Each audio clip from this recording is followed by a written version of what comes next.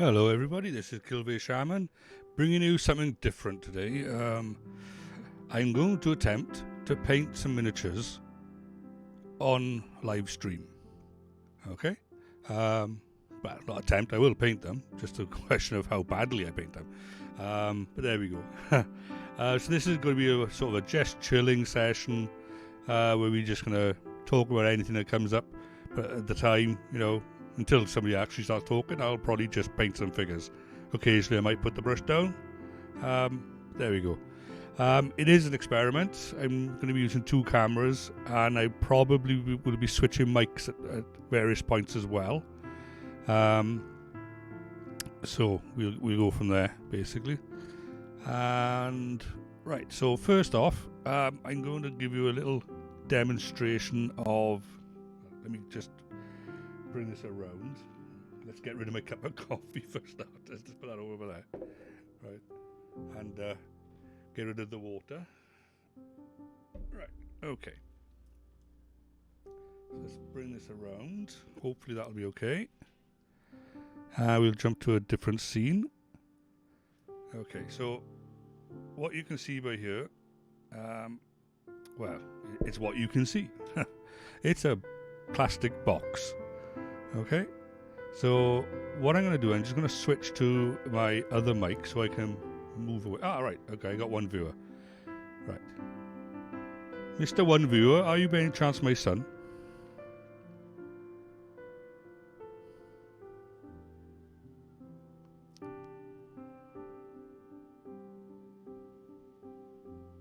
I just need to check the audio, I do. Make sure everything's to be heard.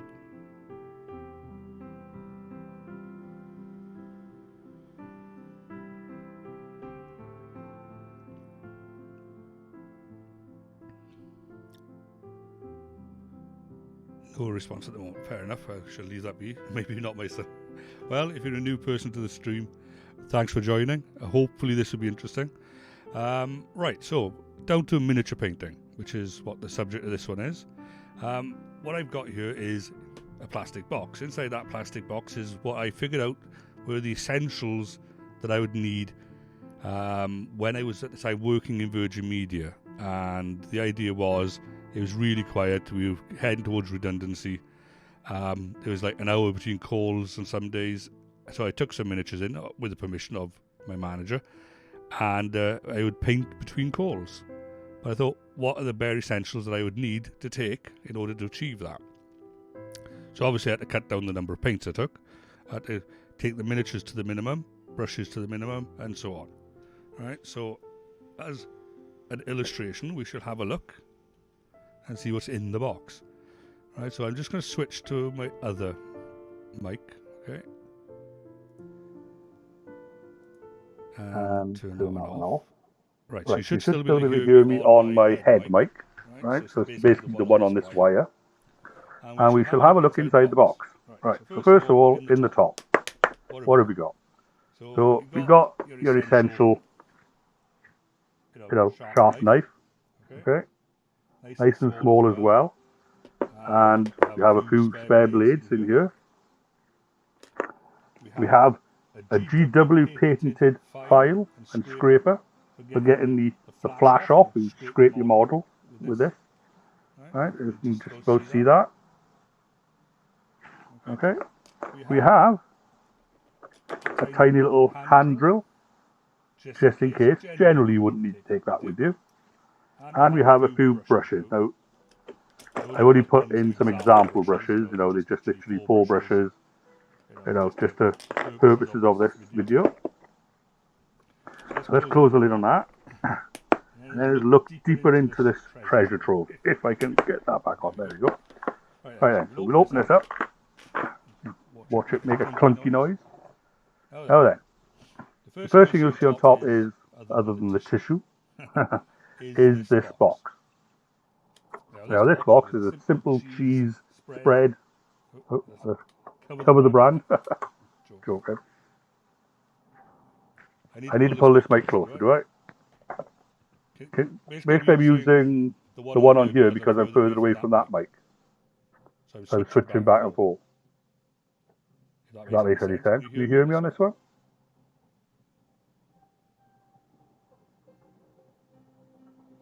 Well, Okay. okay. I'll I'll switch switch back and back I'll and I'll extend the extend the arm arm closer closer then. then. Right, Okay, okay. 2 2 seconds. seconds.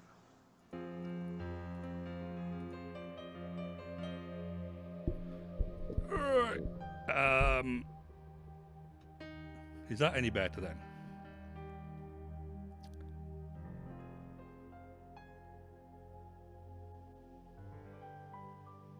Okay, fair enough. I shall just try to stay within this range. So anyway, cheese spread tub, right?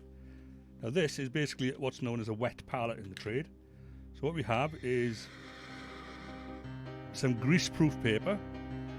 And if we peel that grease-proof paper off, we've literally just got some kitchen towel, one piece folded, and then underneath that we got like a bit of sponge, right? And basically you make sure that's nice and moist, put your greaseproof paper on top, and then you use that as a palette, and it'll keep the paint for weeks, you know? So we have that. Then let's move our tissues out, just for cleaning brushes. We have the all-important I can't see. So these are, as you can tell, we'll just bring them into view. A pair of magnifying headset type thing. Okay. Then we have a couple of tools that we might need. Okay. These are just toenail clippers, or whatever they call them. Right, but you get them like 99 pence usually. But they're perfect, because they're so small, they can really get into those close spaces. Right. Then we have a GW patented grip for putting our miniatures on. I shall illustrate with one of these. So there we go. It's handy if you've got issues with your fingers. It gets rid of some of the strain of constantly holding them with your fingers, to be honest with you, and gets less paint on you. Right, so we got that. We have some glue, obviously. Oh, wrong hand. All right. Now we also have this device. Now in Virgin Media, when I was working there, the issue that we had was the lighting was, you know, up in the ceilings, which are like 20, 30 foot above us. So the issue we were getting is obviously no direct lighting. So a little cheap battery bank and this lovely little LED USB light. Put the two together. And look at that. Yeah, blinding, isn't it? So I would use this. I'd place it on a table. Get it where I needed it so I could see the figure. As you can see with that. And it would come in handy for if I missed spots. Okay? And I'll be honest with you, I think the USB light and the battery were maybe a fiver between them, maybe a tiny bit more. Alright, we've got in here we have what?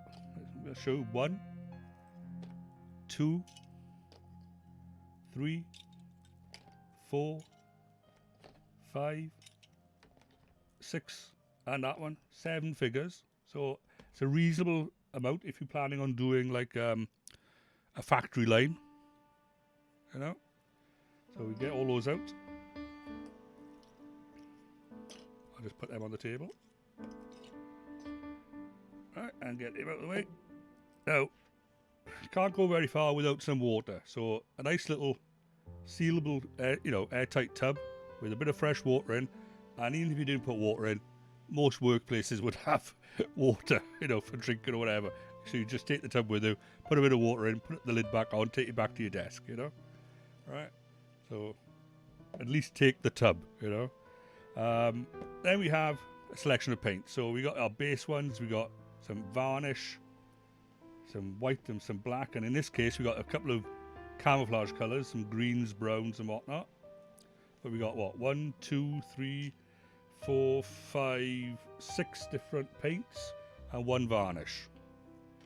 So if you know what your cookbook is, as it were, beforehand, then take the paints that you need. You don't need to take everything that you have in your collection. We also have some 2 washes. So we've got Earthshade and Camo Shade. And I find this very useful. A little bottle with a little needle bottle, so you can put water in this and you could just squirt it into the paint, you know, if you want to thin it out a little bit. You know, a bit more control and just like dabbing on with a brush. Right, so there we go. So that's everything we got in there. We got a couple of other little things in the lid that I didn't mention. As we know, depending on what paint you have, you will sometimes have like a blocked nozzle. So I do have a couple of like sewing needles in there as well. Right, so they would come in handy for those occasions when you need to unblock the thing. You know, like with this now. This is varnish, so varnish will have a tendency of blocking up. And you can see where there it's a nozzle. Right, so sometimes that will block up and you just get a little sewing needle, poke it in, job done. Alright, but there we go. That's a very basic sort of setup, but it's enough to get, you know, get by in work, as it were. Right, so with all that in mind, after showing all of that, I'm going to put most of this back in here. Right, oh, forget that. Right, I'm going to need that. I'll need that. Right. Bear with me, folks. I'm just going to move some stuff off the table.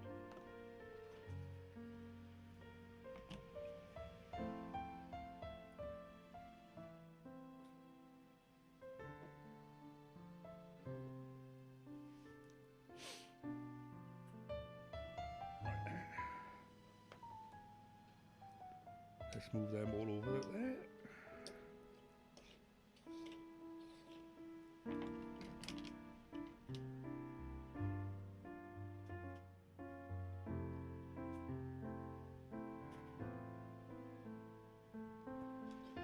That's it now. Just trying to figure out where I need to put all my bits and pieces now. See.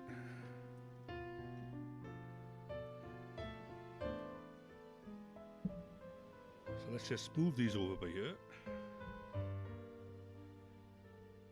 And then many moons ago, my son got into Warhammer, much to my annoyance, because I was a role player, not a wargamer. I had a pedigree. Anyway, as all dutiful fathers do, they would support their sons and daughters in whatever their hobbies are. But my father found out about this and decided, because he'd made one for his son, my other brother. There we go. Let me just see if I can get this over in one go.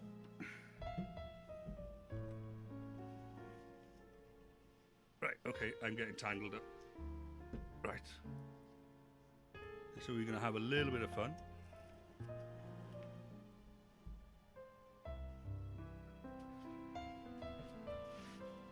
Okay.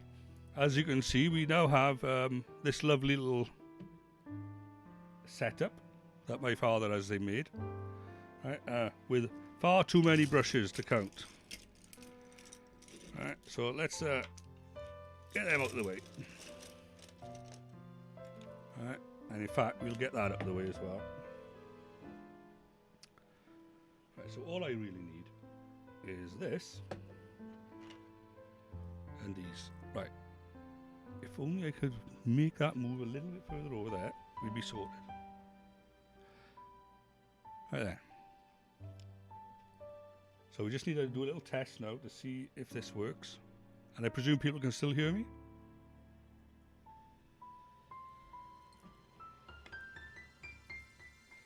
Right there. That's not too bad, I presume. Might have to angle it slightly.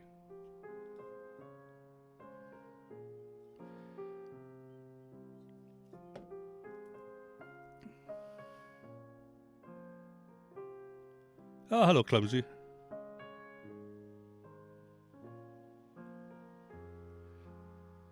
Oh, there we go. Thank you very much for that, Clumsy.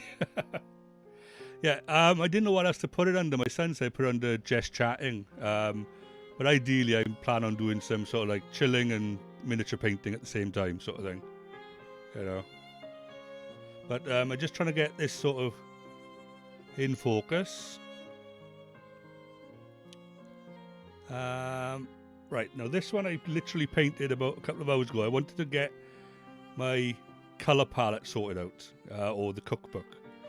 Because I remembered, well, obviously when I did a load of miniatures before, I knew what the palette was, but then I forgot. It's been such a long time. So I did this one. If I show you this guy is pretty much, well, he is done. Oh, crikey, man. I'm trying to work in 3 dimensions back to front. So you can see this guy. If he, like, unblurs. No, is he not going to blur? Let's bring him back a bit. It's like hit and miss whether this thing autofocuses. There we go. Right, got him. Right. So this guy got a little bit of a shine on him. Right, but you can see the colours. I went with more of a browns and greens to try and simulate a, an actual camouflage colour. To be honest, most Space Marines in the 40k universe are bright yellow, bright red, or bright blue, and I don't understand that. So I went with this sort of look. But after I did them all sort of like this, it was like, what colours did I use? I can't remember. So I did this guy earlier on to sort of like just try to remember what those colours were. Obviously, when I put a wash on, this will get darker. And when I put the anti-shine varnish on, it will get a bit darker as well. So I think I got the right colours. Okay.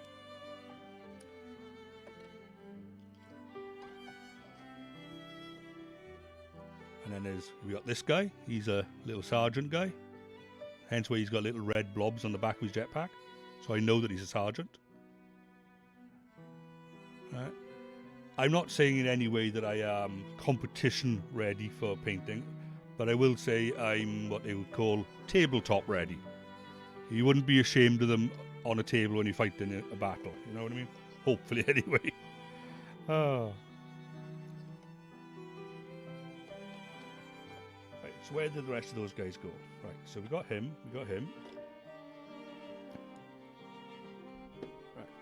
so I'm going to be nice and easy on myself to start with.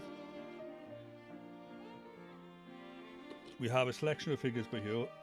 What we're going to do is we're going to stick to one colour, and we're just going to undercoat them all. And then once we've done that one colour, undercoat them, like factory settings, we will then do all their like shoulder pads and their belts with another colour. And then once we've done all of those bits, we'll go back over them, change the brush for another colour, and then do like, well, you might like this clumsy. We'll do their butts. See that butt there? I know you like your butts. So we're going to be painting their butts. Like that one looks quite plain at the moment. Right, but I have a nice, yeah, let's see if we can find this one. A nice shiny green butt. See? That's what we're going to aim for, right? I remember.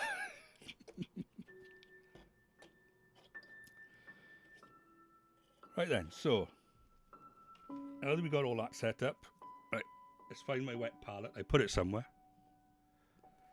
Right. So there's our tissue, there's our wet palette, and the colour we went with was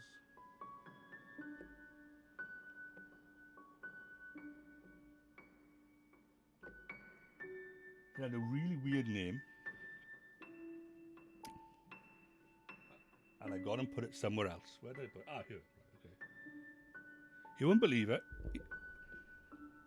That base colour there, that greeny colour on their legs, is actually called brown violet. I don't understand why it's called brown violet, but it's called brown violet.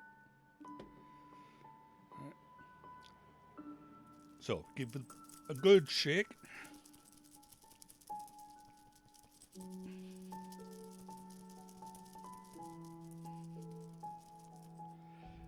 Right then. And we'll put a bit of this on our palette. Actually, we'll put all them out of the way by that. And we'll get all these G.I. Joes and put them up there, out of the way. So we don't really need them. Get our palette where I can see it, because I'm half blind. And then we just squirt a little bit of this in here. And as I say, this wet palette will keep the paint nice and moist for weeks. But to be honest with you, we will use this up really quickly. Right. Now I put my Frankenstein glasses on. Bear with me. Alright. Oh, crikey. Here we go now, right, okay. Headphones and 2 pairs of glasses, right? It's a nightmare. Right, so they need to go there. Right, okay. They're on my nose. What do I look like? Just for the fun of it. Where's the welcome one? Here we go, right. This is me now, right? Oh, I'm going to operate on somebody.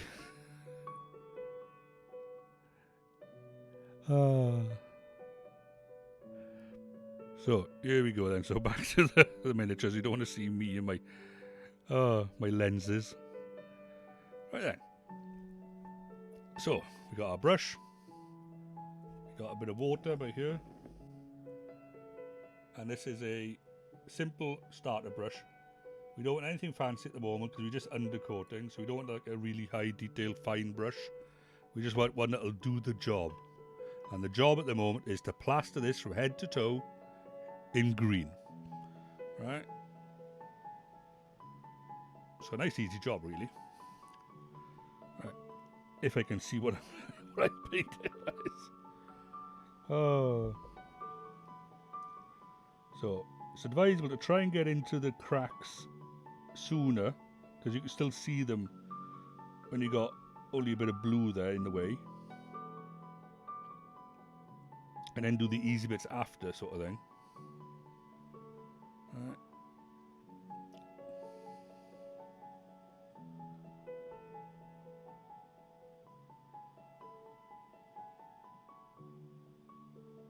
Because there are so many nooks and crannies on these things. Yeah. I think I'll just try and go with... No, that's no good. Right. Sorry about this, folks. Technical difficulties with my glasses. You will often not see... Oh, there we are.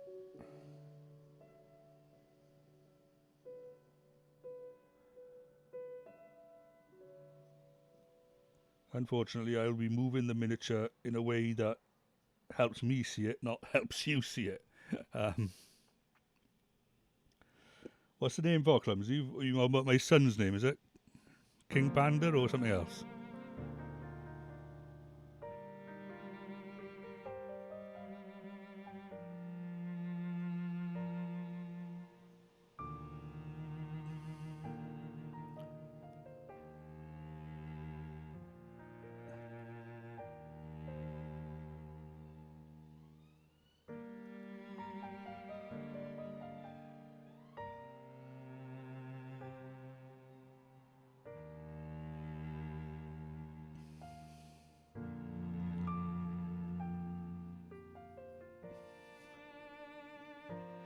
Yeah, I was watching Subnautica, I think, last night. Well, last night, our time.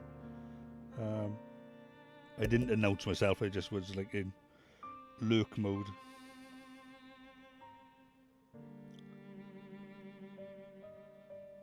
You built yourself a fair old base underwater in that place now. You're really making me want to buy that game.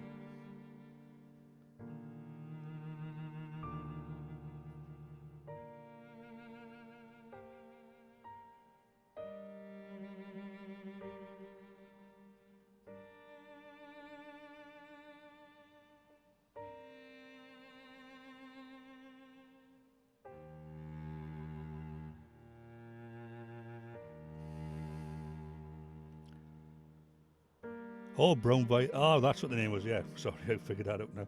Brown Violet, yeah, probably the name of the paint, yeah.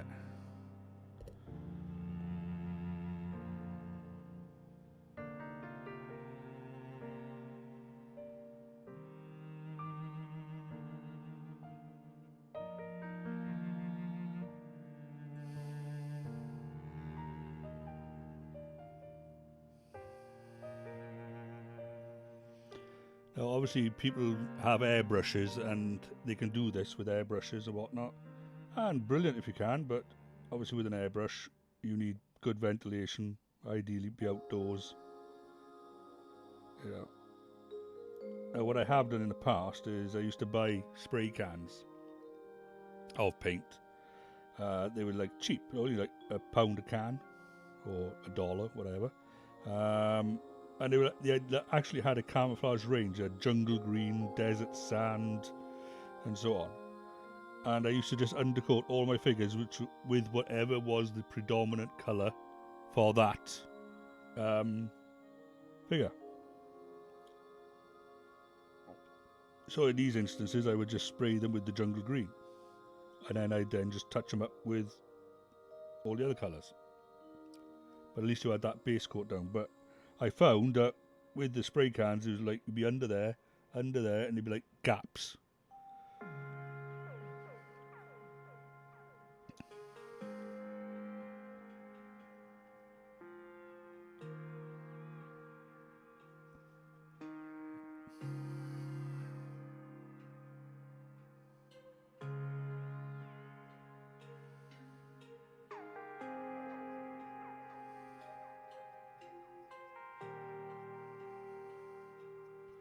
But I say all this is just a basic undercoat with the main colour, and then once that dries, we then move on to the others.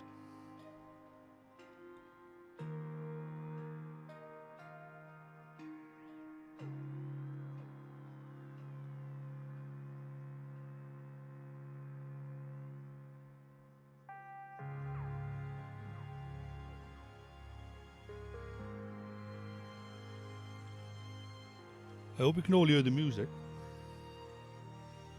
I was panicking about having background noise because listening to me talk all the time would be really boring.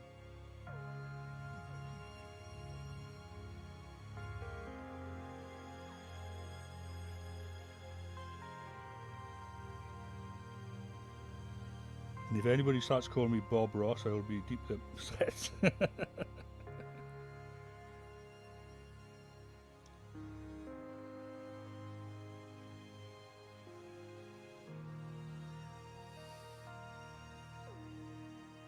Yeah, my artistic skill, that logo you can see on the screen, the Kilveyshaman logo, I did that myself. That's about the extent of my artistic skill, I think.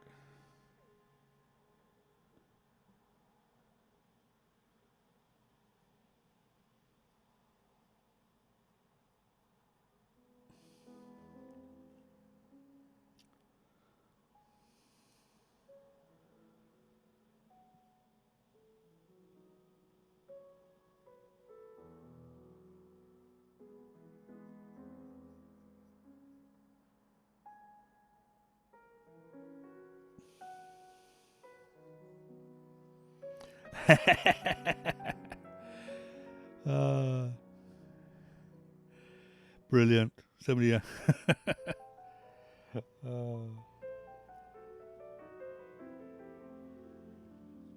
Tell you not to call me and what happens, eh? I don't think I've ever given oil paintings a go, to be honest with you. When I was in school many moons ago, and I mean really many moons ago, I did take art, and what I enjoyed was charcoal.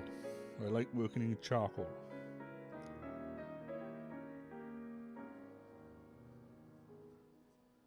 Anything else, it just like didn't work for me.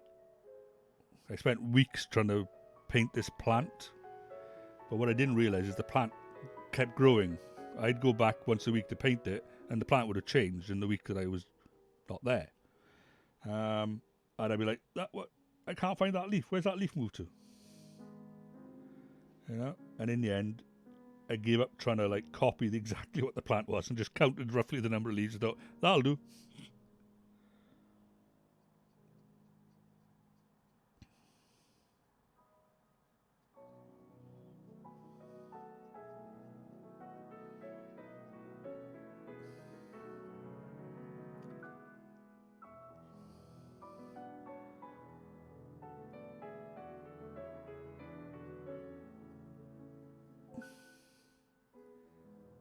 And the other thing is my entire art O-level was spent in a classroom for the 2 years above me.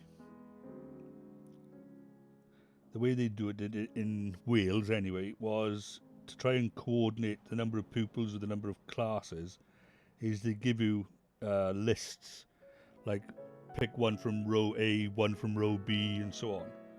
And so you didn't have completely free choice in your subjects. And I wanted to take art, but the closest thing I could pick was pottery, which I hate. So I picked pottery anyway. And then literally day one of pottery, the teacher looked at us all and said, hands up all those people who want to do art and not pottery. So I put my hand up, the only one. He said, right, go upstairs. So I went upstairs into the year above me, and I sat with basically, they were all doing their exam works ready for A levels, as they call it then. And I was basically the only pupil in the class doing O levels. So you can picture how much time I was and effort the teacher spent on me when he had a bunch of, well, higher students. But I passed, just about.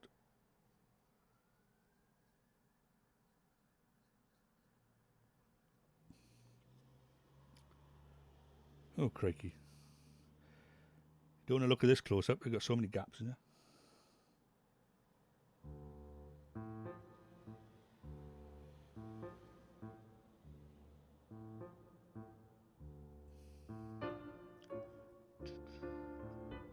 Hey, it's good music, this is.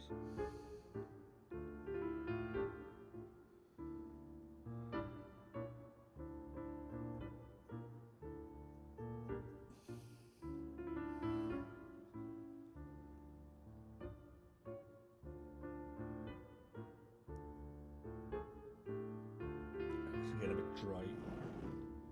Get a bit of water on that.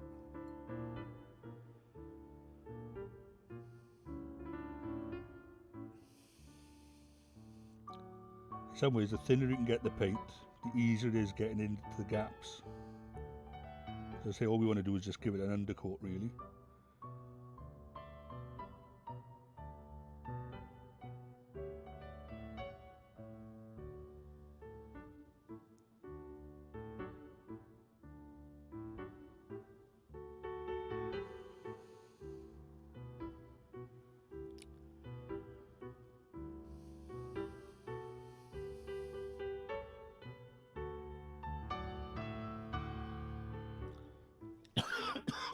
Pardon me. Yeah, unfortunately I got a bit of a sore throat today and a bit of like swollen glands or something, I don't know. So the plan was not to do that much, but I wanted to do this. My new toy arrived yesterday and I was eager to get it going. The new toy being this web camera, the Logitech C920.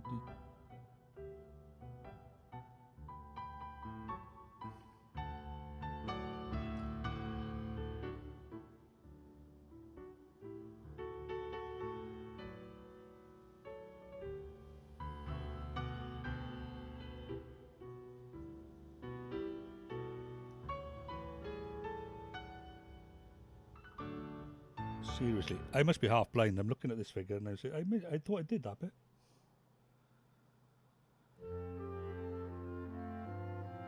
Oh, this almost sounds like Hobbit music.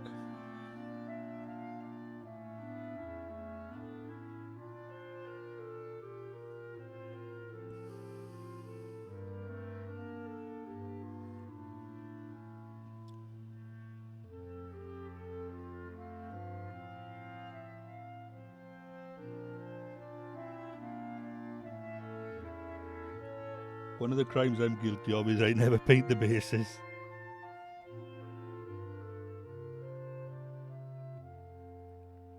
I didn't touch it. I pointed at it. Point. I can't see any paint on it.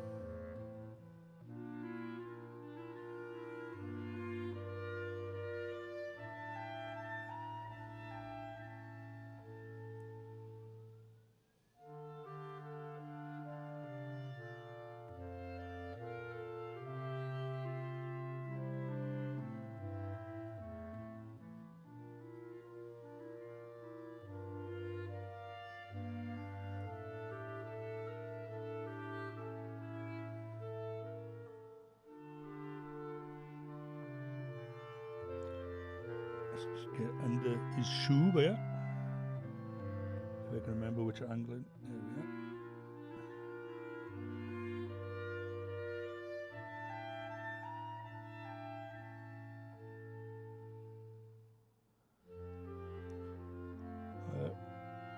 That's his legs and his butt done. Let's do under his gun.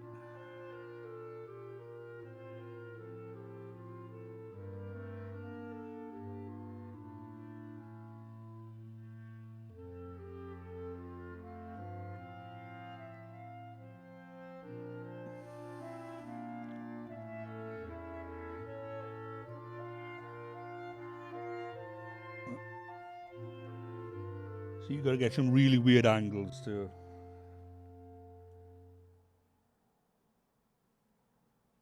Someday I reckon I need to get a brush this on a bendy stick or something.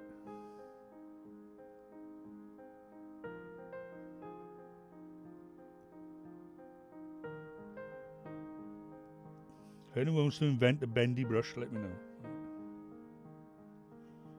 I will be interested in getting one on Kickstarter.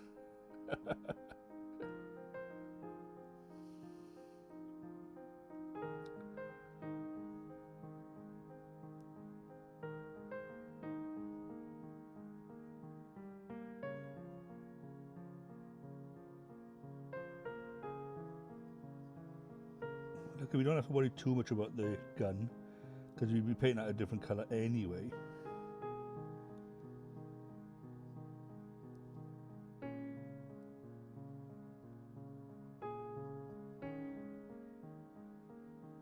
Right then, let's check his head.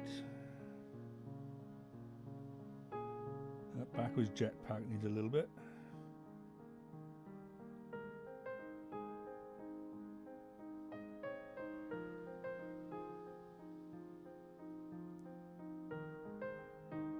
Oh, look at that, big huge bit there missed.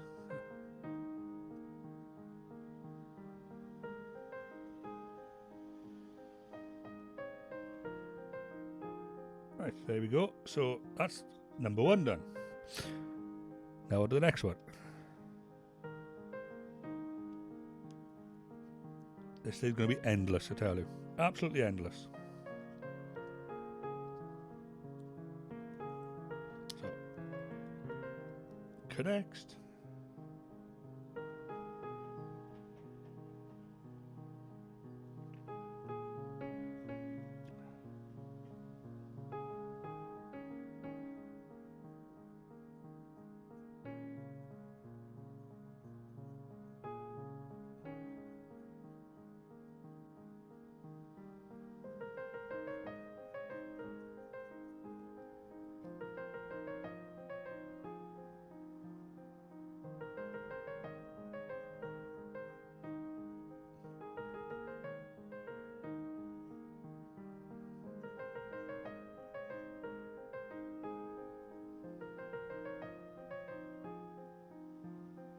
Alright, there's a bit I missed, but let me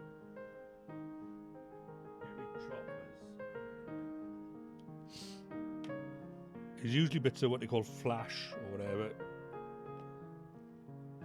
And with this one, it's a tiny bit right by here. There we are. Basically the mould where it holds on to the sprue that comes off.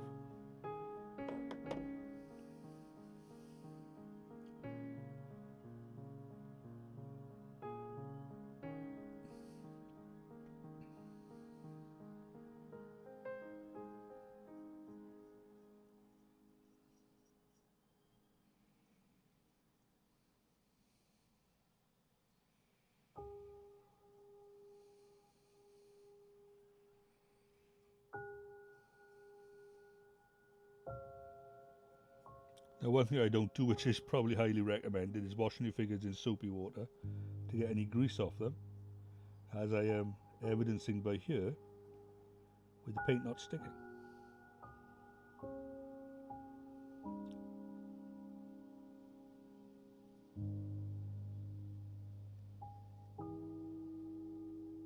But it will eventually cover.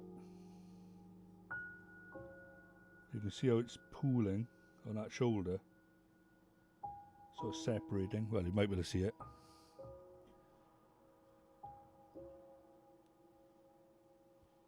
See how it's not quite clinging on, so I'm going to have to be persistent on that arm.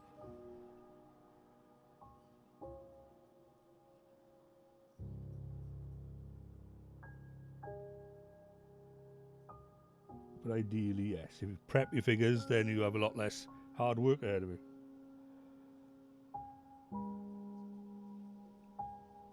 But I'm a very lazy painter. Let's get close to the microphone. Can I get the microphone any closer to me? A little bit, yeah, okay.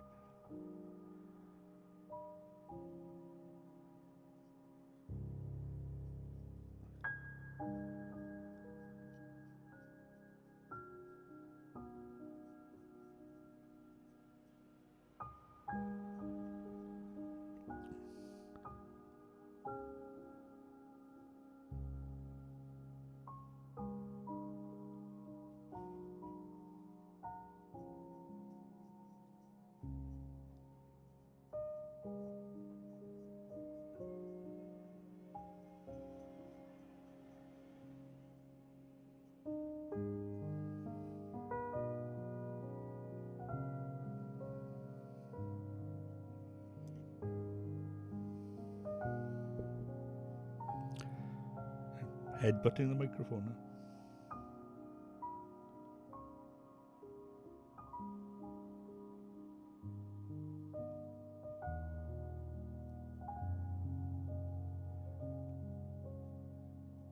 One thing I'll definitely get after doing all this painting will be an achy neck. All this slouching over.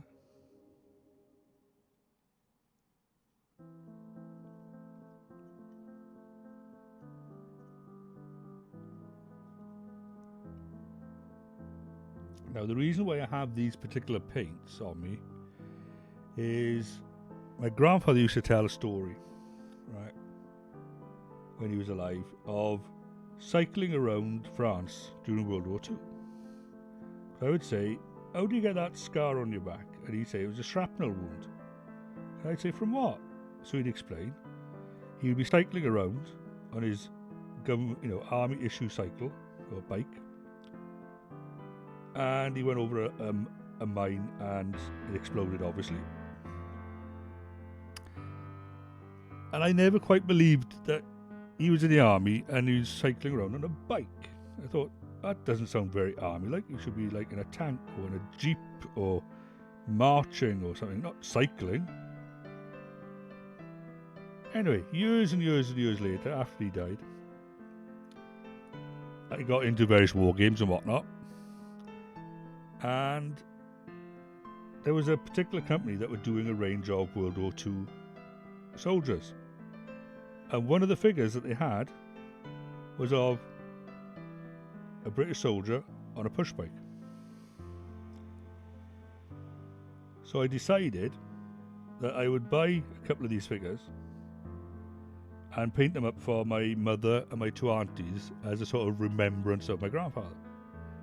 I'm still yet to do that. But what I did as a precursor is I bought a batch of World War II normal figures, ones I didn't care about as much, but I wanted to get the paint scheme correct and sort of like make sure I was okay. Hence why I've now got about 10 different types of green, because this was the recommended palette for British soldiers in World War II. So I have now got a fair few painted British soldiers, but I haven't got round to actually getting the ones on the push bikes and painting them and giving them to my mother and my aunties. But that's why I got these paints. And then obviously one thing leads to another, and you think, well, I might as well use them on my Space Marines.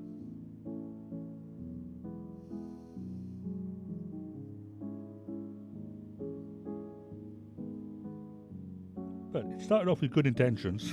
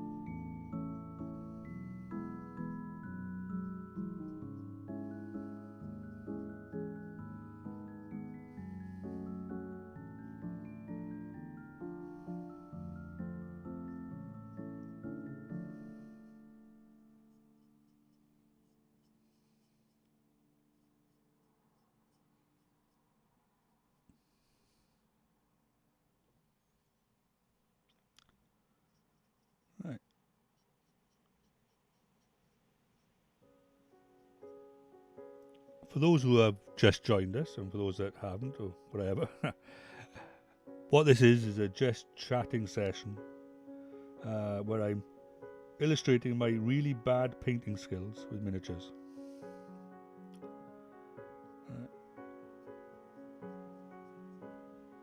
At the beginning of the stream, I showed one of those little toolboxes, like plastic toolboxes, that I used to take into work when things were quiet, and I would paint all my miniatures in work. So if later on you haven't seen that bit, by all means, remember the page, come back, view the video later on. But you're more than welcome to just put yourself on lurk and just listen to me moan about painting.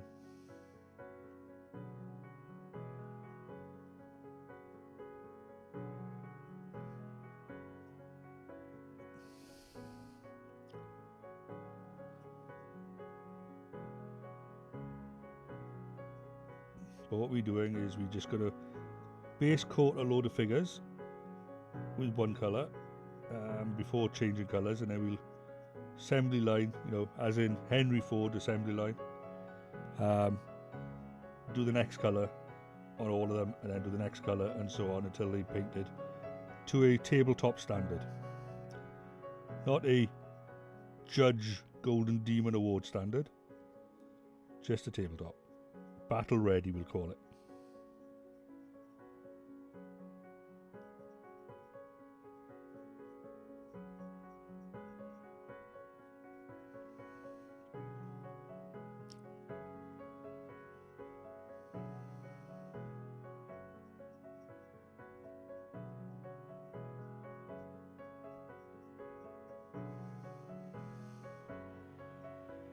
And the particular reason why I'm painting these Space Marines is due to the somewhat eclectic collection I have of Space Marines over the years, from various sources, magazines, box sets, whatever, battle forces, ready to paint, all sorts of different places. But I had so many of the just Space Marines, and a large chunk of them were unpainted. The only ones I ever really painted of them were what I call my G Marines, which was the first set I painted when my son got into 40k. And obviously I had to call them G Marines, didn't I? When I even put a G on one of their shoulders. But then I put my brushes down and I didn't paint them for ages. And then another box set would come out and I'd spray paint them red, and another box would come out and I'd spray paint them yellow.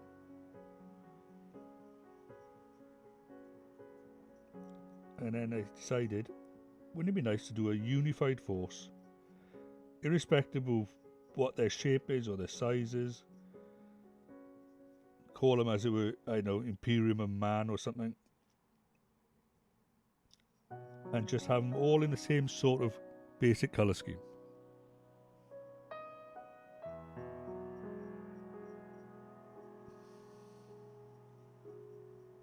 And that's what I'm doing.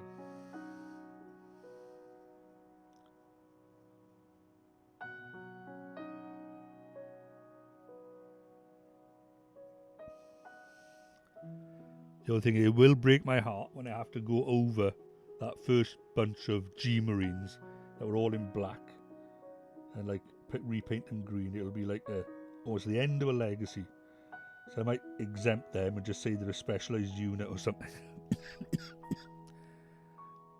The Ninja Marines or something, I don't know.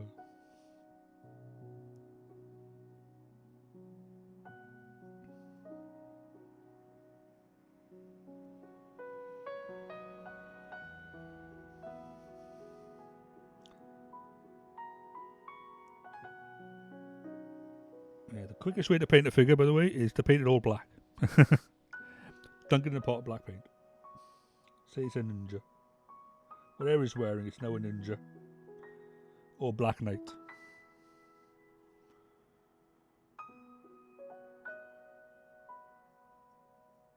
I used to argue black and blue with people that would highlight their figures, and they are in the right, by the way. These are the other people, but like you put like highlight and low light on your figures, you know, bit of a wash here and a bit of a dab there and whatnot, and it adds definition to the figure. Whereas I'd be saying, if I want to put shadow or highlight on my figure, you know, it's like, there's the light, it's over there. That's the shadow. Job done. You know?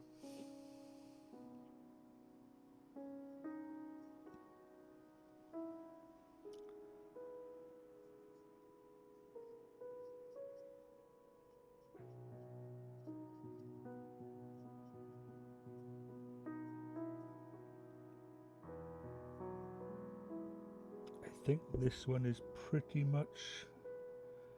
Oh no, backwards gun. Almost had him then.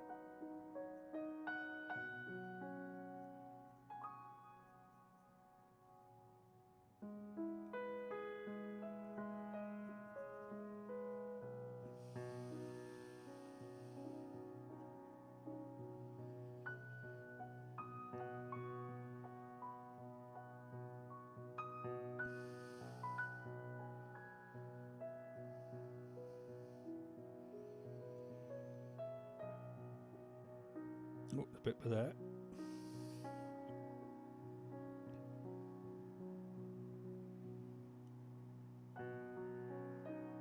You're always going to miss bits, to be honest with you. But the time we've done these several times over, we will find those spots, hopefully. And if not, then, well, if you can't see them, then nobody else is going to see them. They're not going to get that close to them.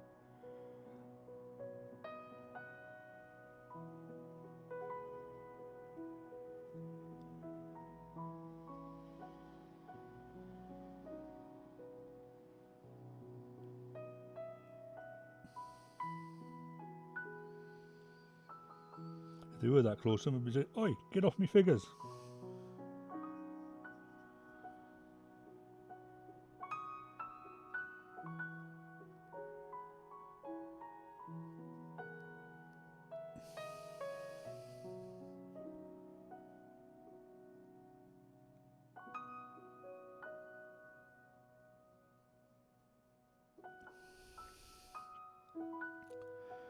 Right, so let's have a little look.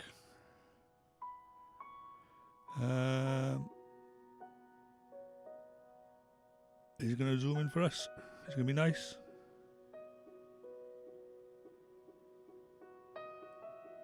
Right, you can see splodges of blue there, can't you? You know.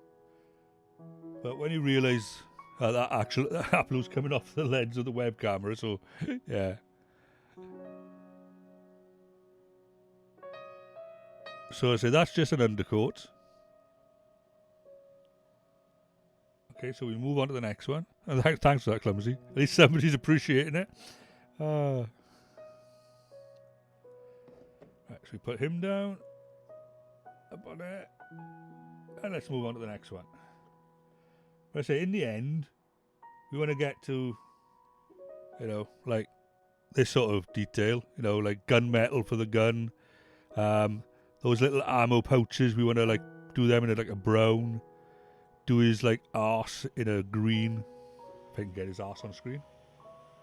Bad example for his arse. Let's get the other arse.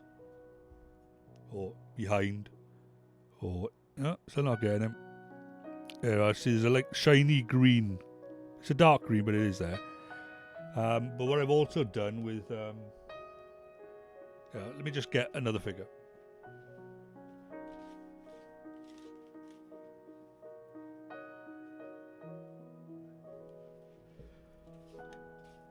Like with this guy,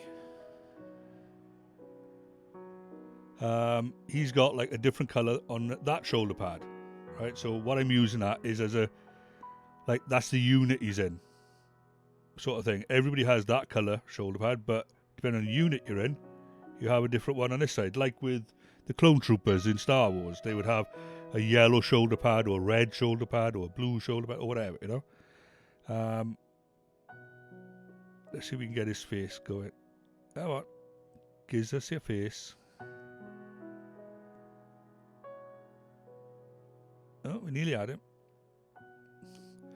Tell you what, I'll cheat. I'll take manual control. Right, let's get him. Let's see if I can hold him still. And we'll switch to manual focus.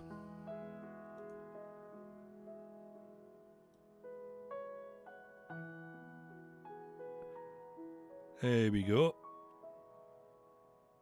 Hello, Jericho. Yes, we're doing miniature. So as I say, we got like the shoulder pad denotes different units on that side, but on this side is just like the general, you know, force. So like brown that side, silver that side. All right. And then those that are into 40k will recognize this person. All right. I spent a lot of time and effort on this one.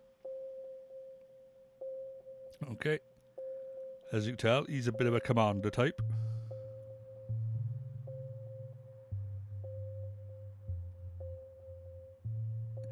Now, a friend of mine really paints. I don't paint, right? But a friend of mine, he really paints to the point that he would take the head off this figure, right?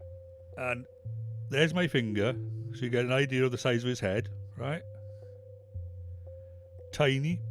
He would stick that on the end of a needle with a tiny bit of blue tack, and he would then get a magnifying glass and he would be drawing tattoos on the head, right? And painting the teeth. As I say, that's how big that head is. All it gets in me is a hair colour, a skin colour, and a wash. And the wash will just go into all the gaps, and that's it, job done. But yeah, he would be doing that. Now with this guy, I don't know you'll be able to see it on this one, to be honest with you. Oh, there, you can just about see it. You'll see that a slight gold speckle in the black cloak.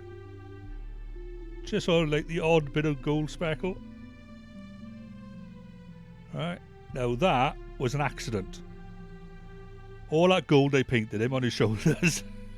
Right, I didn't clean the brushes perfectly, so when I went to go on the black, there was a bit of gold still left on the brush, so it gave this cool effect of like gold speckles in the black cloak. Right, so you can only just about see him. But that's how most of my painting is done, by accident normally. But there we go. That's the commander, right? And that's what we were sort of. That's what we want to sort of go for. You tend to put all your effort into big guys, and then the run of your mill, you just do your factory line, get them to A standard. You know, like he's one of the personal bodyguard of that guy, hence why he's got like that silver shoulder, right? And then like this guy is another bodyguard for that commander, because he's also got a silver. You look at that shield and you think, that's amazing. How do you do all that detail on that shield? And there is no effort in that at all. All the bumps are in the plastic. All you do is you paint it silver, you put a wash over it, and that wash will just sink into all the grooves and just make it dark in those grooves. And you just get that effect straight off the bat, you know? No effort required. Right. There, you can see that green in his crotch, but there. See if we can get his butt. There we are, clumsy. Right, there's his butt. Right, so we'll be doing that later on. Painting butts, right?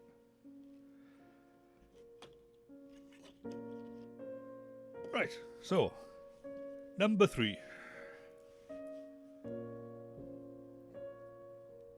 Well, I try my best. Can't even see my own butt, but I can paint others.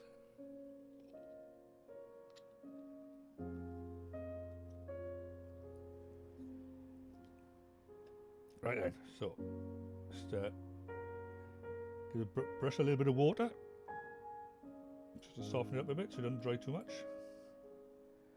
And then a bit more of our paint off the wet palette. Right. And start it all over again. Basically just cover it Whatever you can see blue, get rid of it.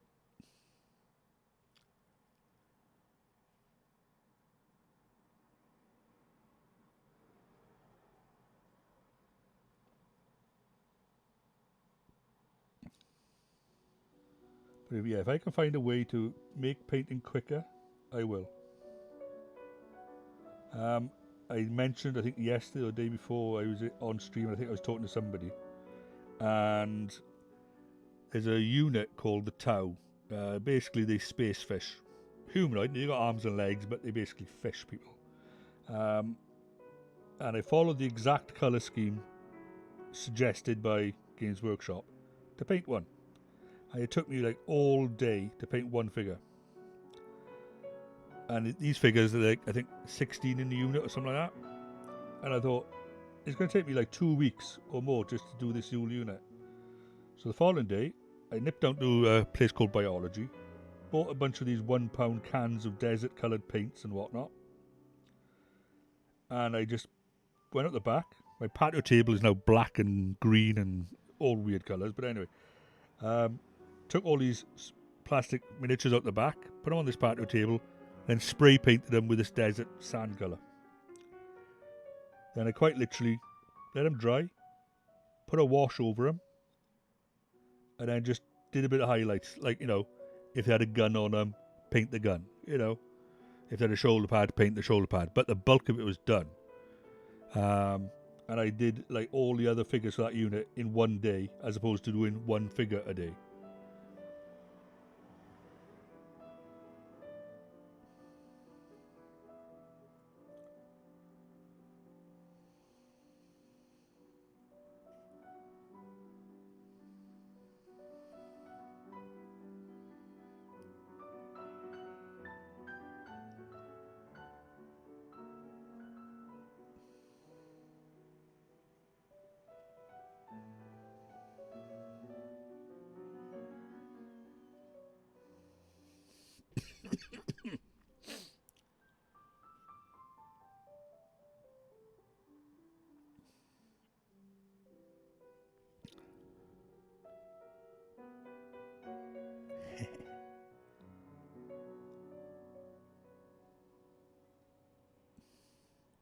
I just remembered, I'll grab some figures, I'll show you them in a minute. I posted them on my Discord, on my Valheim thread, a long time ago. Well, when I say a long time ago, a few years ago, they brought a miniature game called Frostgrave. And all they did was just bring out the rulebook. They didn't bring out any miniatures for it. But then this other company, with the consent of the first company, brought out a range of nice, cheap plastic miniatures. Basically 20 quid for 20 figures. Can't argue with that.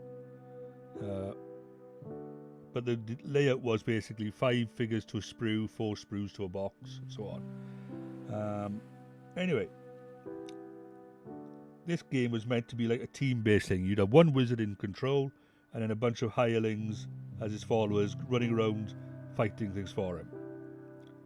Right, and you'd have like 2 teams, your team and the other team, fighting over the same resources and slowing each other down within a certain time limit. So I painted these figures, glued them all together, painted them, and I decided I'll paint one team blue,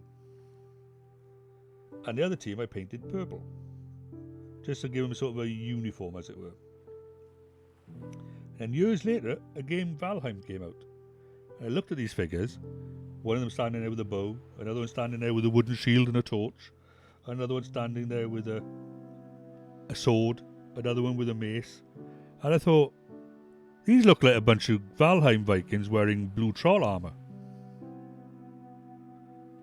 So I posted them on my Discord with a little story of them encountering skeletons outside a burial chamber, thinking they fancy their chances, not noticing the blue troll coming out of the trees next to them.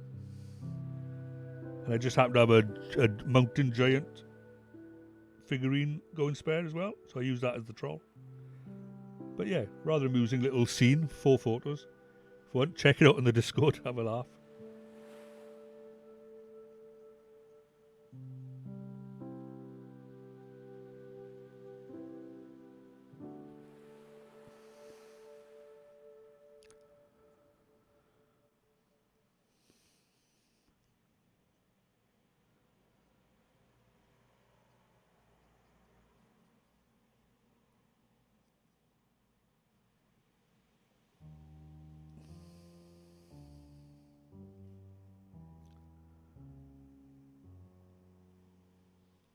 Right, with that.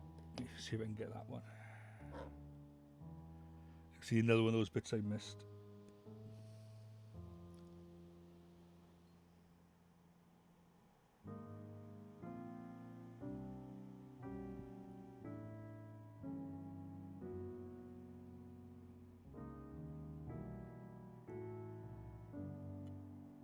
That one is just not happening, is it? Let me put a bit of pressure on it.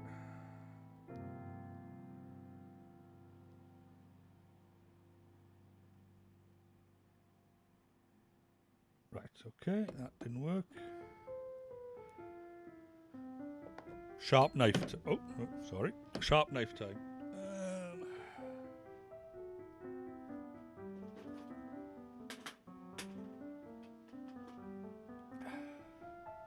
Now, children, be careful with sharp knives.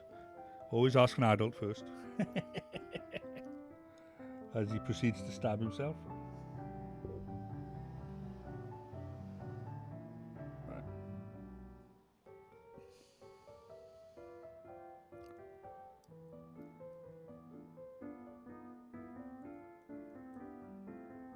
And don't do as I do. Do as I tell you.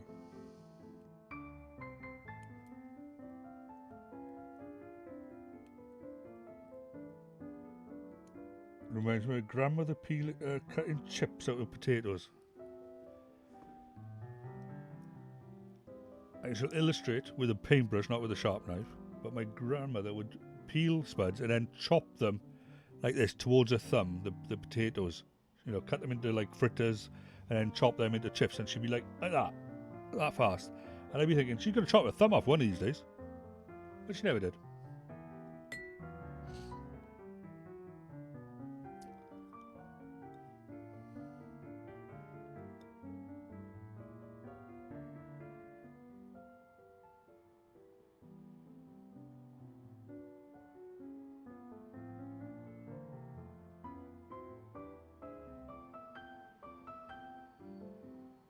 Yeah, cutting towards, exactly. Yeah. I don't like, no disrespect to anyone else, I don't doubt your skill, but if anybody's pointed a knife in my general direction, I feel exceedingly uncomfortable. Whether it's just for cutting vegetables or whatnot. But the only knives I like are the ones that are in my hands. But yeah, at the end of the day, you know, old school, your grandparents were raised like in the kitchen, if you know what I mean. They weren't afraid of hard work. They learnt everything off their parents, you know, how to cook, how to do this, how to do that. And she's been chopping potatoes and peeling spuds and baking chips and cutting vegetables and sweets all her life, like, you know. Odd enough, she was RAF as well. Royal Air Force. During World War II. She was a seamstress by trade, and she used to make the parachutes.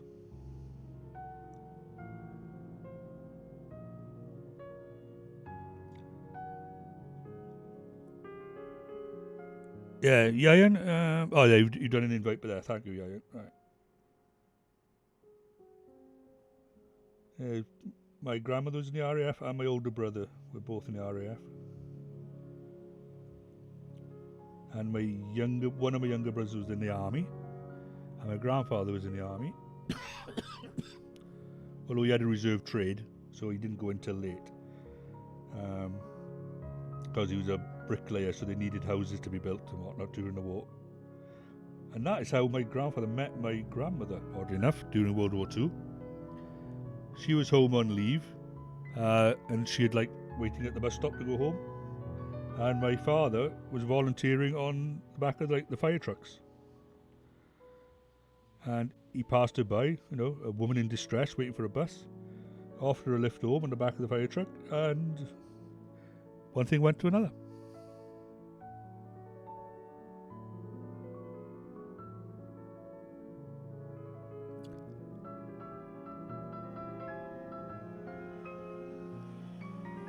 Yeah, she used to do parachutes. Also, the odd button for the officer, you know, on their uniform, whatnot.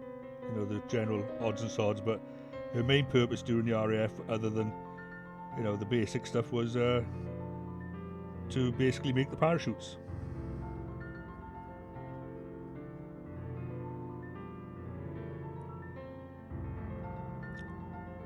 She was a demon with a sewing needle, though, gotta admit. There wasn't a thing I don't think she could sew, other than maybe my mouth shut. And then she'd probably give that a go.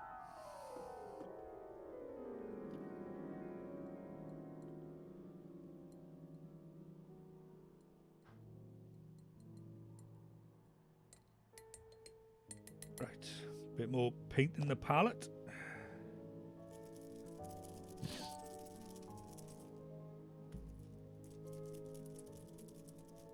Right. Use some of our brown violet, otherwise known as weird green.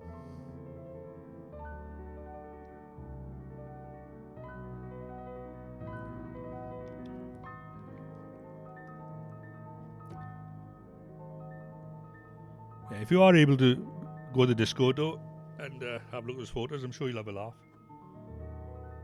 As I did them as a storyboard, so they'd be in the Valheim photos, if I remember rightly. There's one thing I got a lot of in this house, it's plastic miniatures and scenery. Not all of them painted, but I got a lot of them.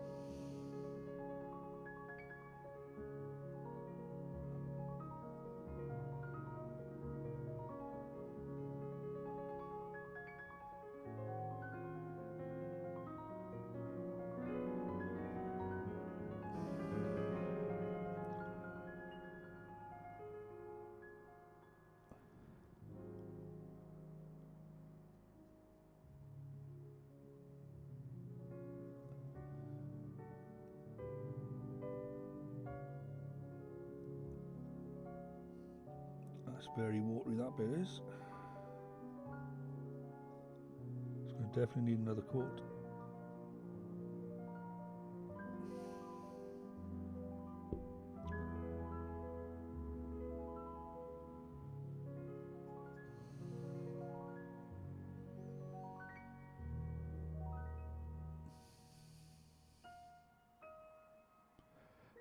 Oh yes, silly me.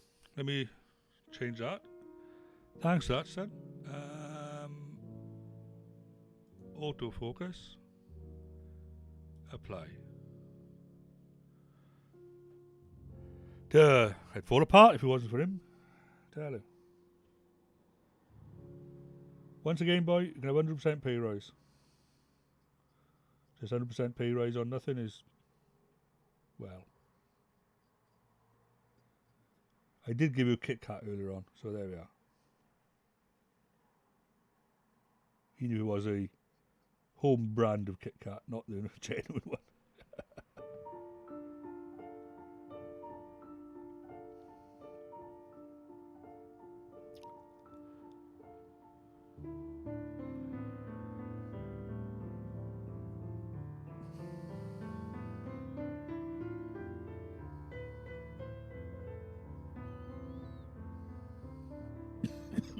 Pardon me.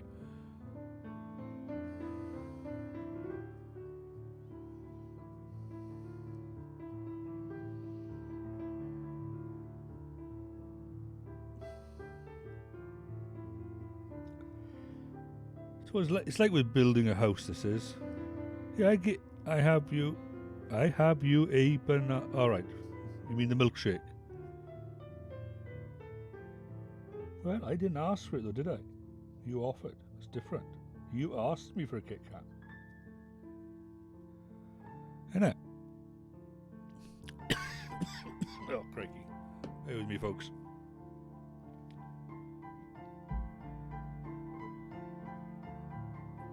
How the hell am I supposed to even see this cup of coffee? Let alone drink it.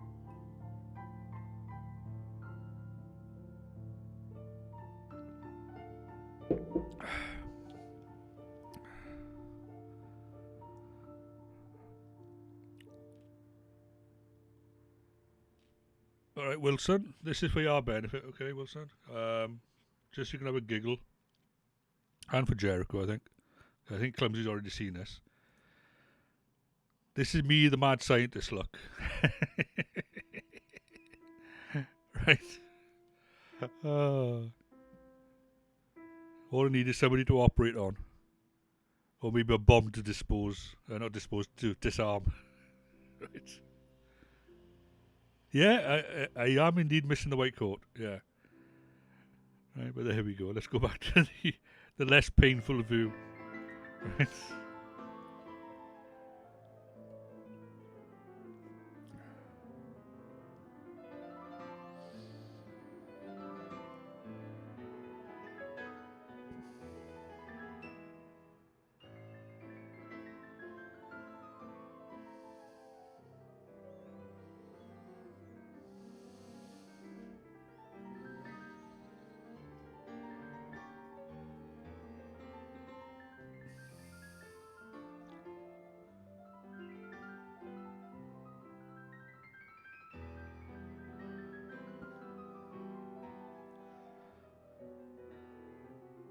So next week we will be doing Kilveyshaman does crocheting. No.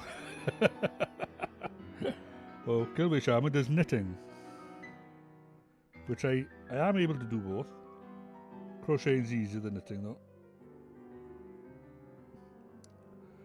But yeah, I don't think we want that on stream. me doing a crocheted scarf or bobble hat.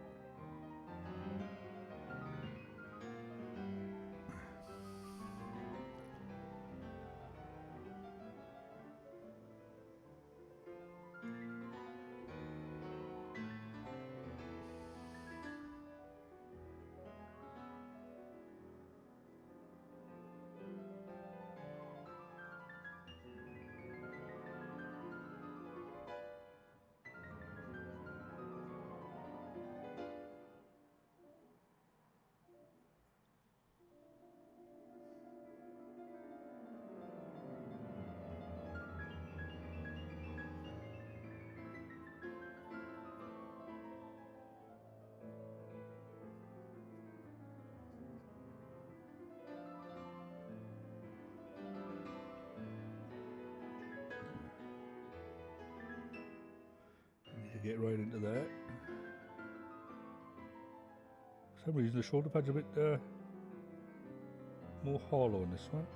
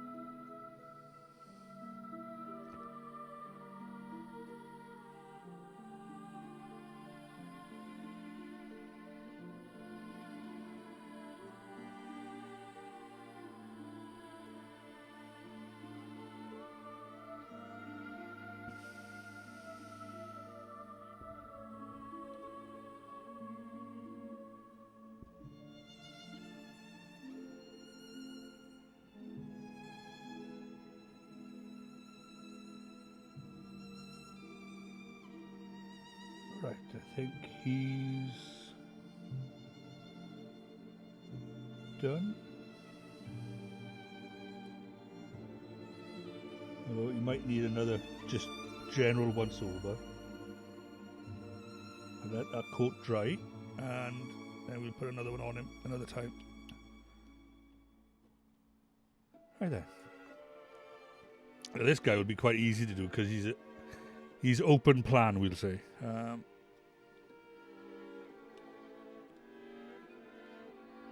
So let's get him on there.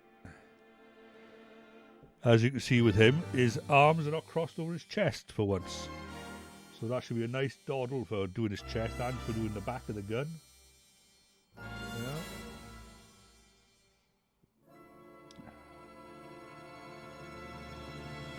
To make things a lot easier.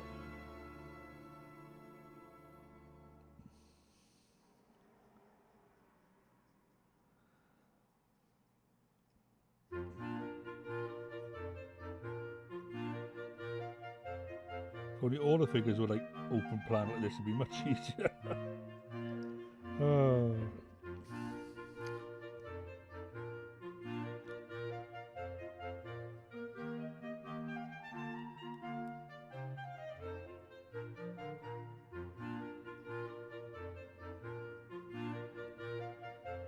Quick question, Panda. Is the music loud enough for people to hear, or is it too quiet, or...?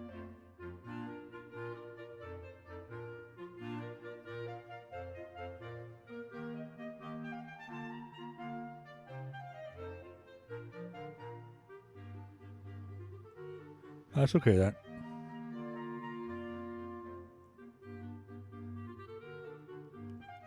As I don't want it to be, completely silent when I go quiet or something,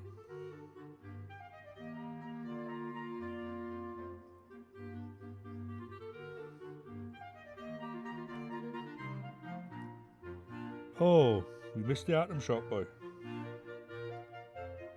What a shame.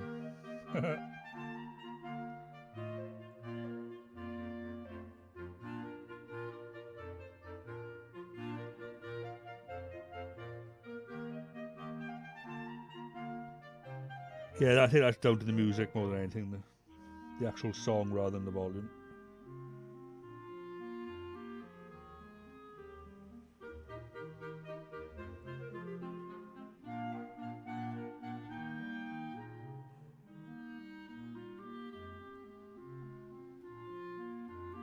Well, thank you very much for popping in, Clumsy. I hope to see you again soon. I'll probably pop onto our stream probably around about 11 o'clock tonight our time, give or take. I'll probably lurk in the background somewhere. Right, catch you again, Clumsy. Ta-ra.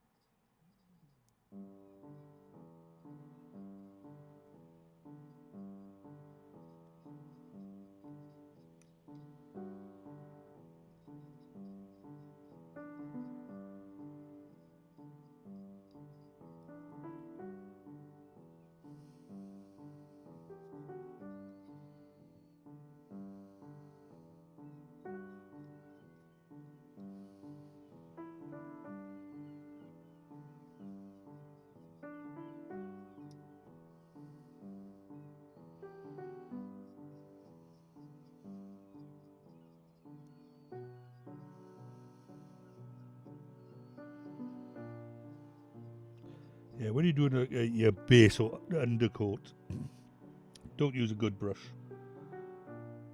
Use a slightly older one because it's going to be roughed up and it's going to be used a lot. About the surface it has to cover.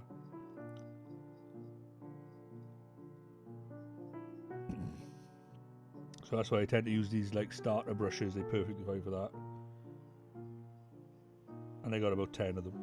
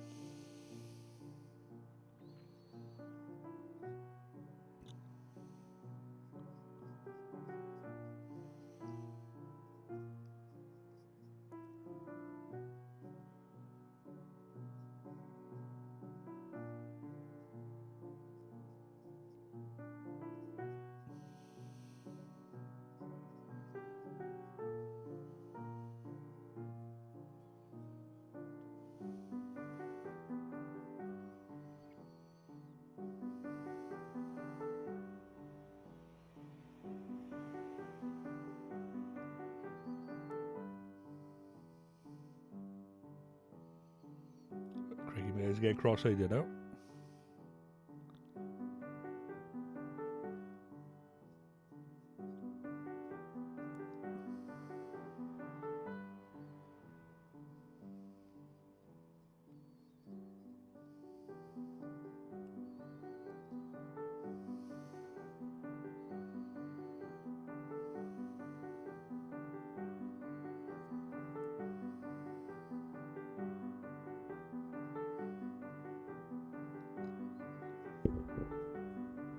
Right, that's his legs done. Let's do his hand.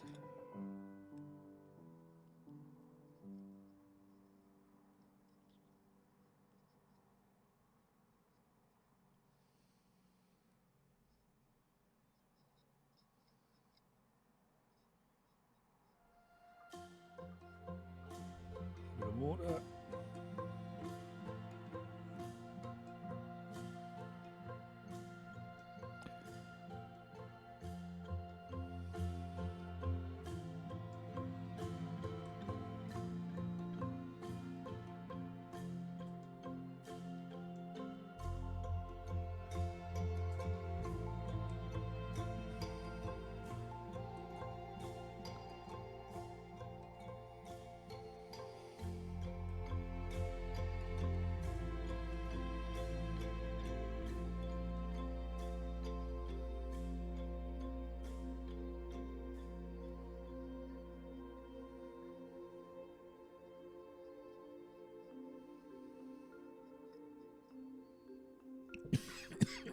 Bammy.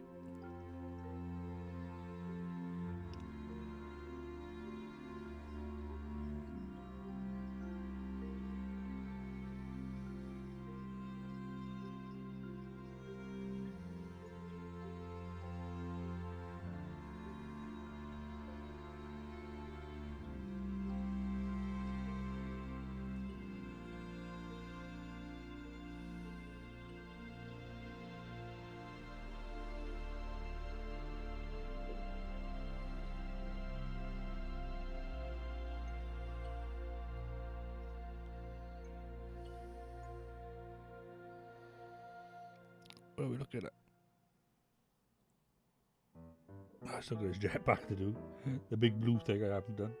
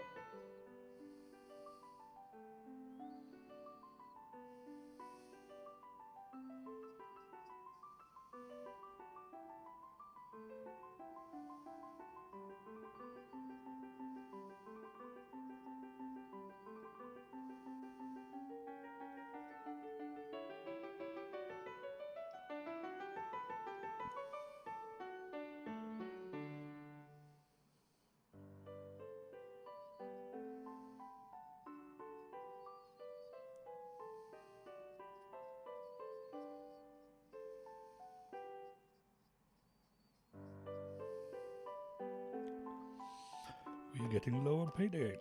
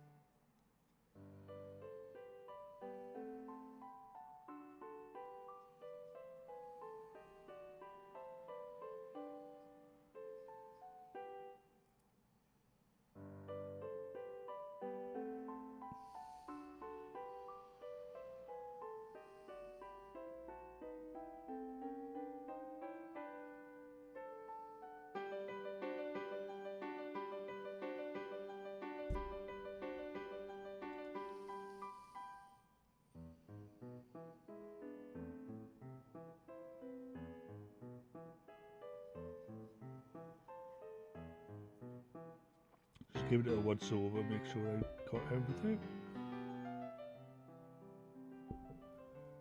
Nothing glaringly standing out to me.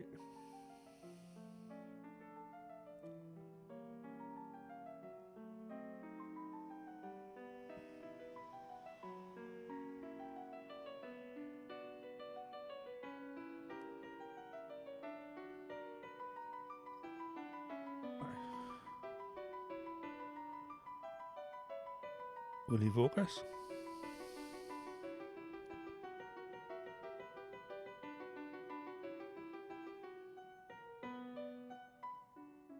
Oh, almost. We are almost out of it.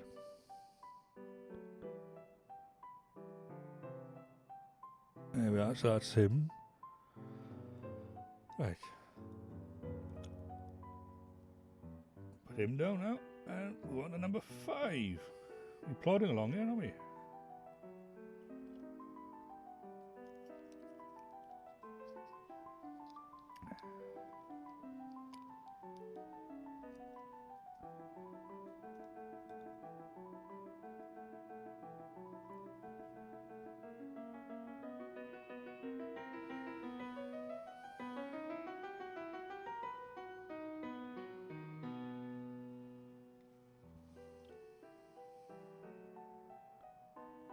Some of those plasma guns, this is, I think, or whatever they call it.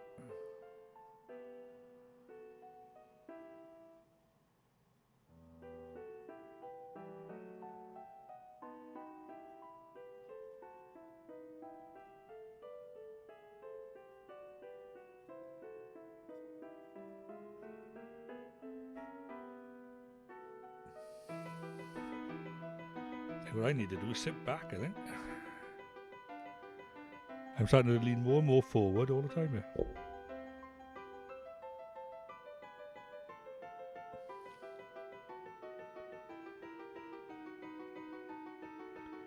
the end of the day,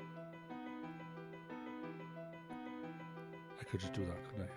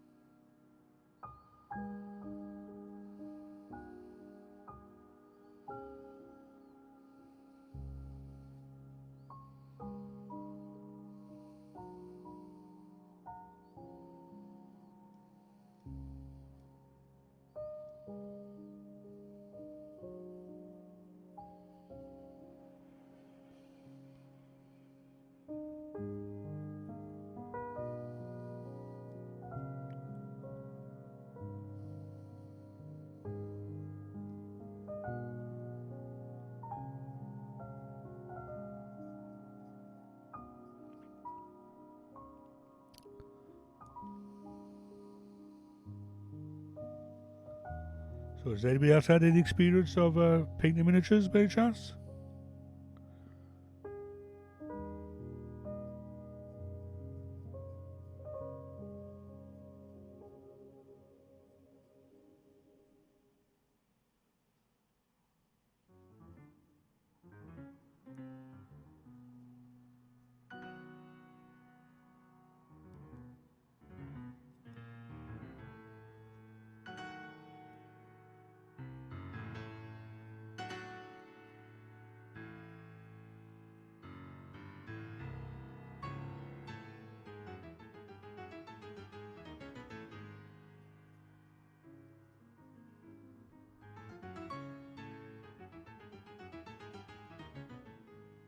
All right.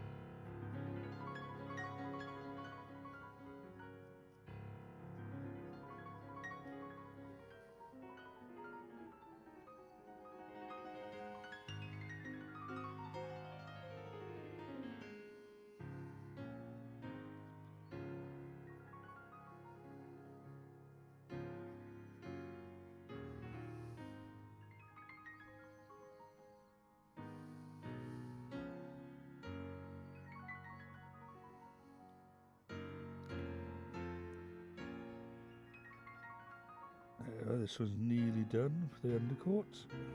Just do the head and the backpack.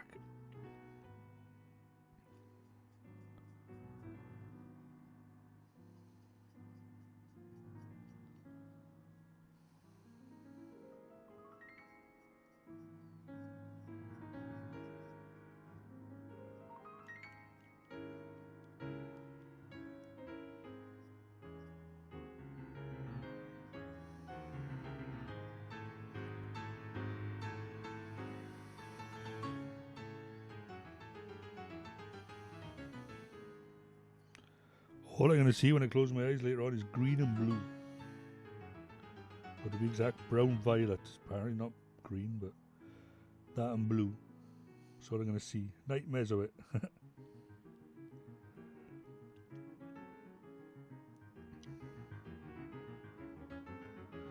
But we have to do everything we can to get rid of this ultramarine blue. You know what I mean?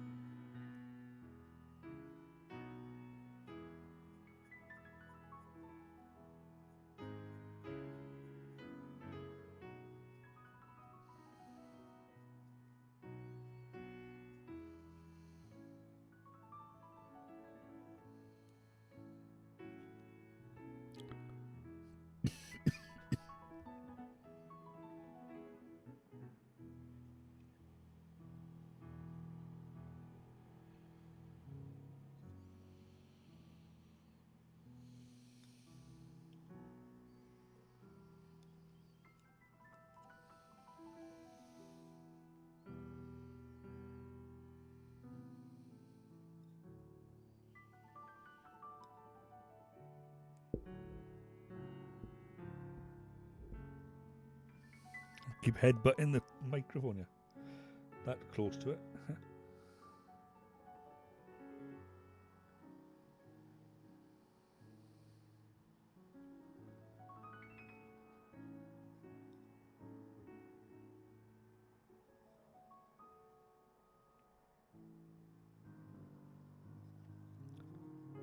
Okay, so I think it's he's past muster.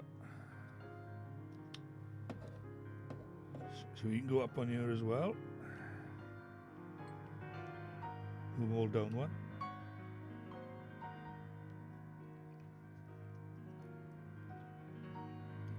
And the next one goes up on top.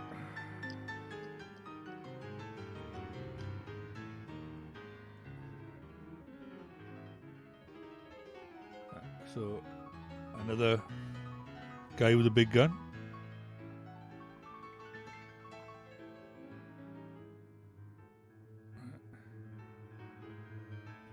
So see if we can get into focus. Oh, there we go. That's what I call manual zoom. Zoom, it works. There we go. So he's another guy with a big gun.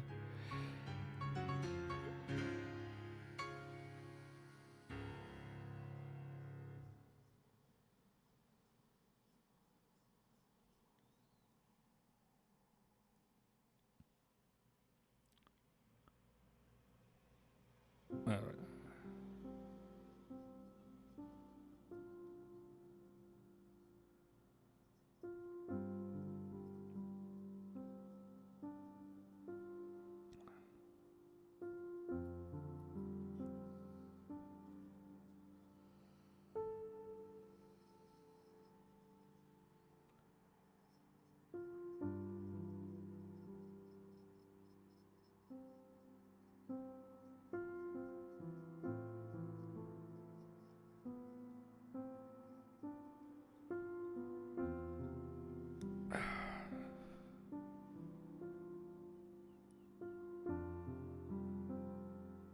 You can't eat ice. What do you want about you can't eat ice?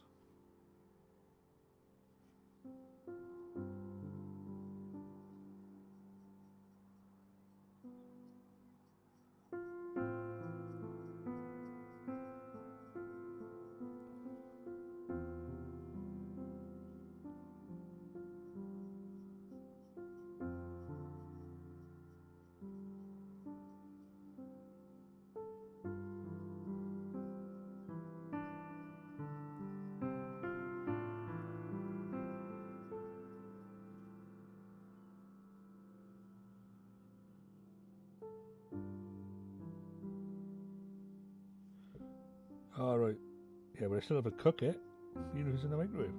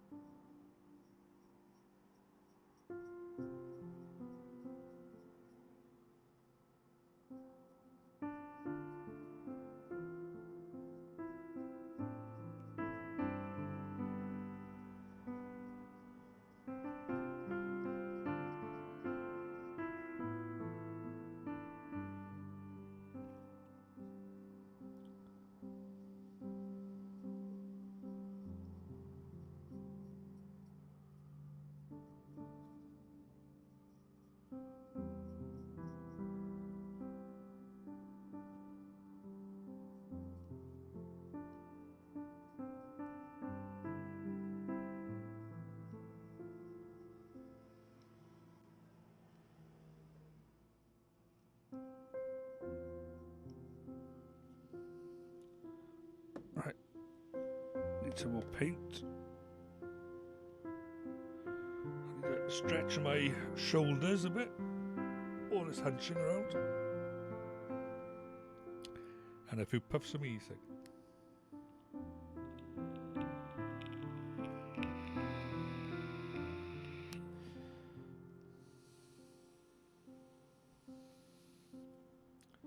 Just as a brief whatever, I'll just turn this around somehow. For those that haven't seen it, if it'll focus on them. Come on now, it needs to focus.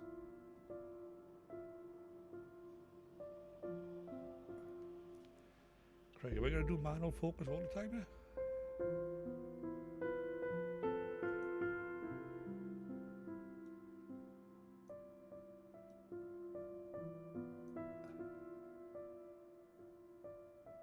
Right.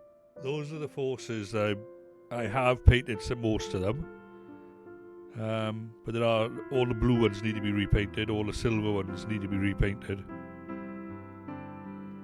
Just to give you an idea of what's in store for me, as it were. Plus, there's those guys back there. Some of them have been painted, some of them haven't. All the ones in black need to be painted as well. Right, so, yeah, you know, it's an ongoing project. It'll take us a bit of time, but we'll eventually get there. And we'll have a full force in matching colours, as it were.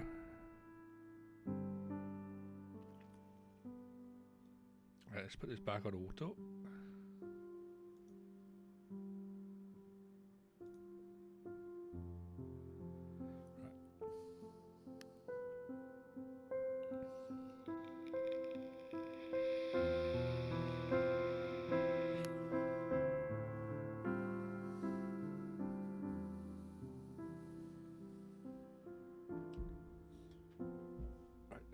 Let's lift this out of my way, have a little squash.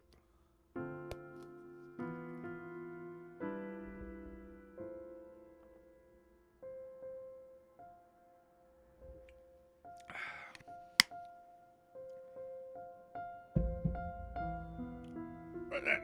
Oh. Am I all tangled up with this? Right.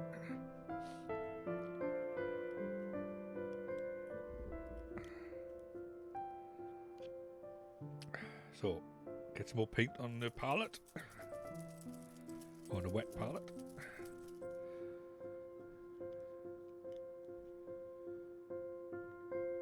How many we got? We got 1, 2, 3, 4.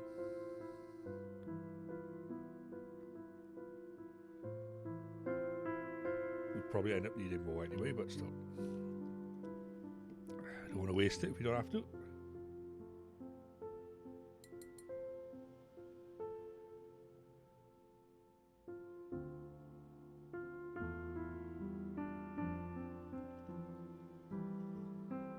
Right then.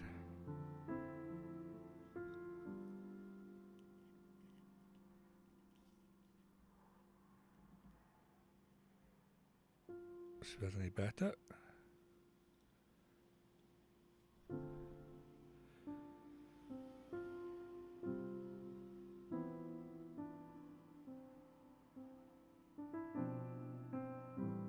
Right.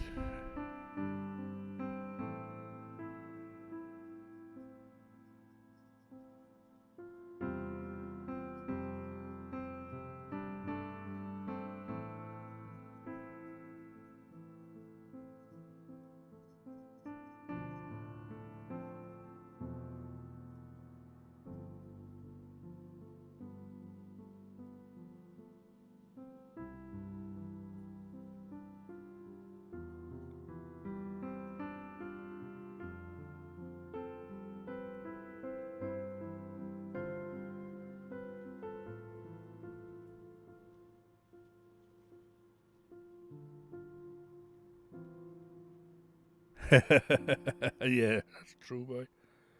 Yeah. Number of people have done that. Drunk the wrong cup. That's why mine's a clear glass. not my big mug.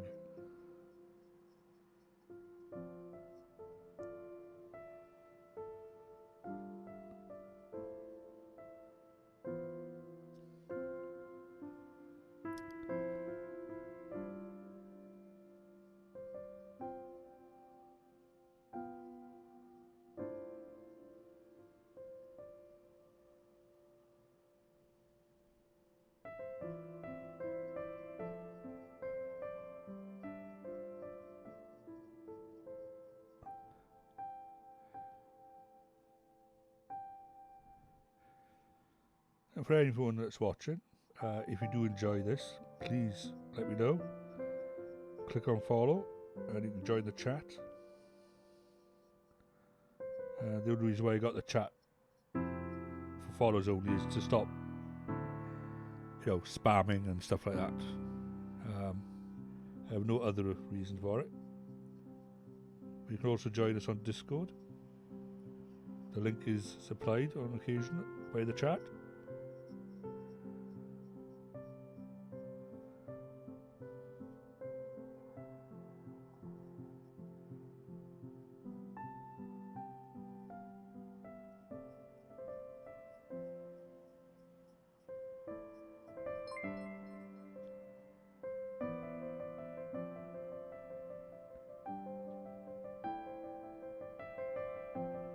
You thought you already were.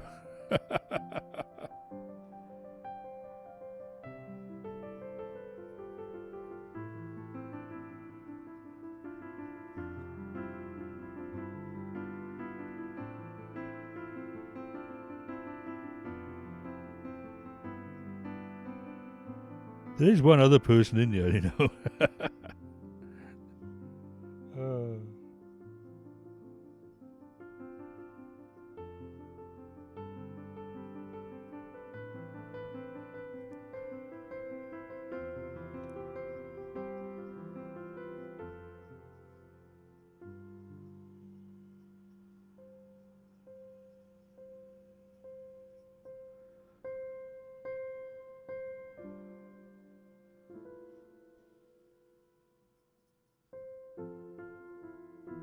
What do I need? I need the opposite now, is it? I need the notification that tells me people unfollow me as well, do I?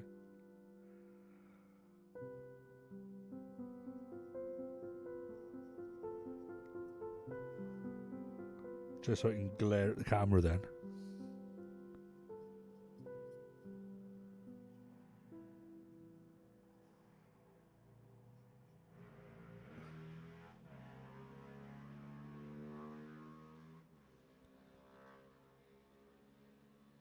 Well, you know that how some streamers have those points at the bottom of the screen and you just collect them from watching the stream? I'm thinking of things I could do, and so far the only thing I can do that would be different to everybody else is recite something in Welsh.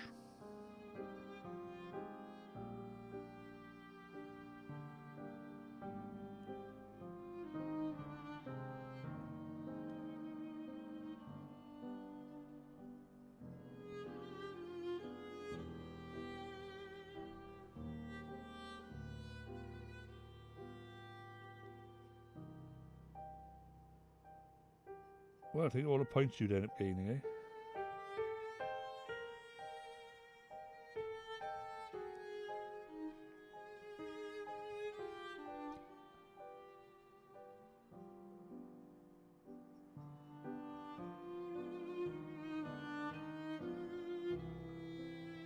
Well, we could do various sound bites.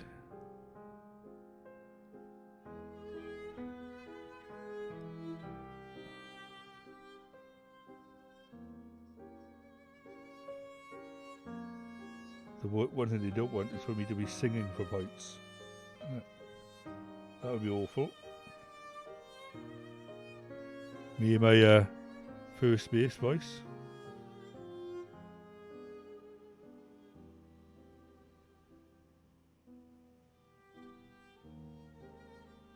It'd be the first time I sang in a long, long time, that would be. Other than in the car, of course.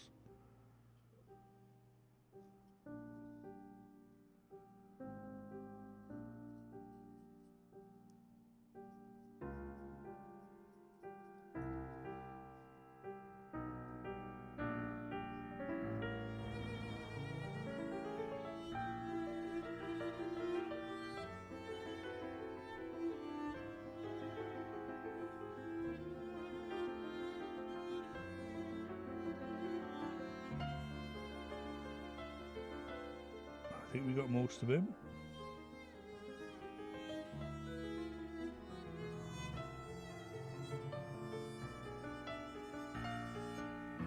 Let's do my zoom again.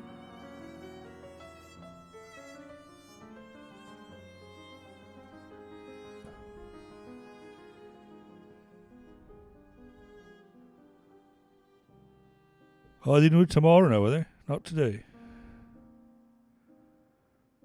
Okay.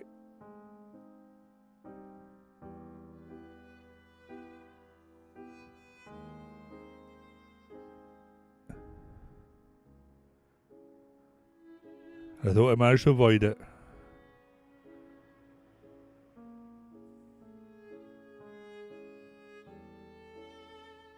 There we go. So that's him undercoated.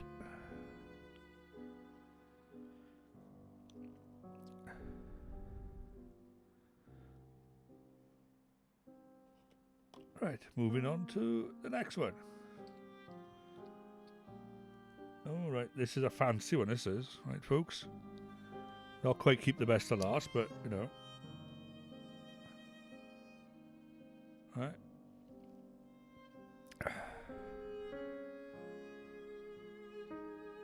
Don't know if he's like a chaplain or something. Sure my son would know. So we're going to paint him, same colour as the other ones, but there are a few extra details on him that we would have to pick up and give him a bit extra effort.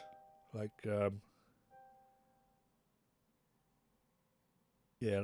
that chest plate. You know. Oh, could be an ancient, is it? Yeah, but we got skulls on that chest plate, so we'd have to pick them up a little bit differently. We got the toothbrush on his head, you know. We'd have to pick that up in a bone white, maybe. Or we could go with a completely different colour. We could go red or whatever. And obviously we got this weird looking mace. We could go with gold on that. Or maybe silver. And then he's got those nunchuckers on the side of his leg with there, see? See? We got ninja space marines. He's got nunchuck. And pulse grenades, I think, is it? Or frag grenades on that side. So there's a bit of extra detail on this guy, as you can see. Right. So we'd have to give him a little bit more attention to emphasise that he's a little bit special. But he still gets the same undercoat as everybody else. Right. The special comes later.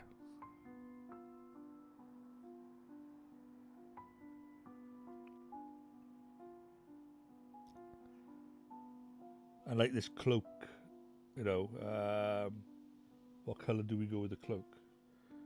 We did Marnus with a black cloak.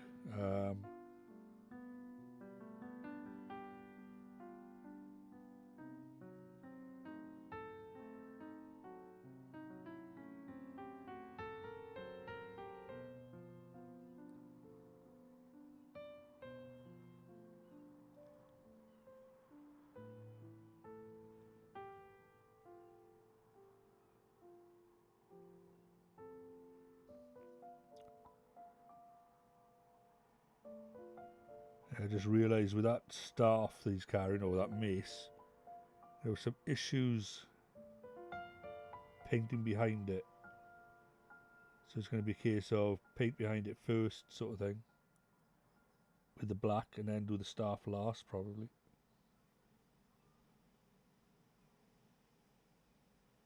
Unless we paint the staff black as well, then won't be a problem, will it?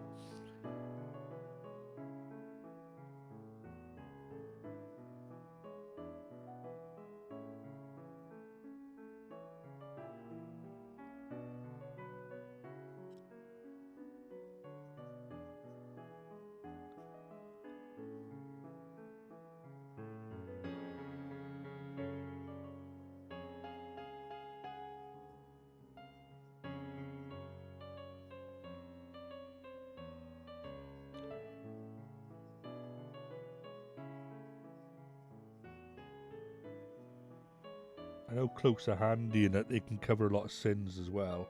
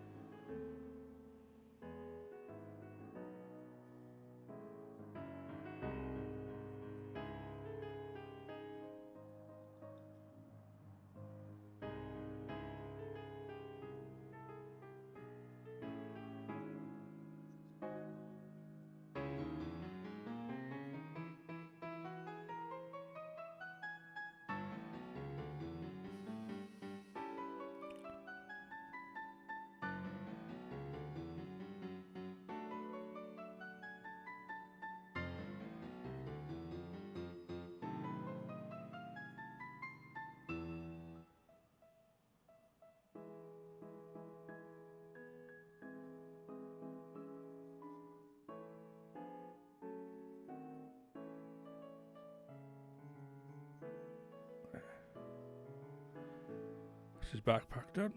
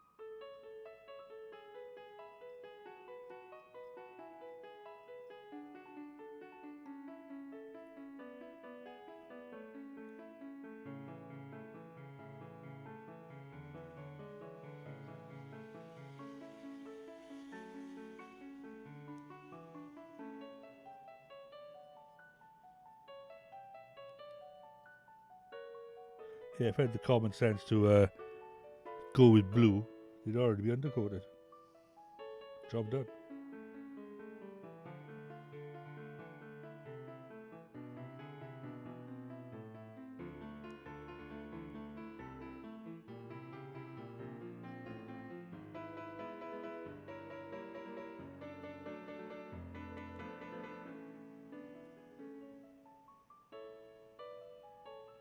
Then what would the fun have been of that, eh?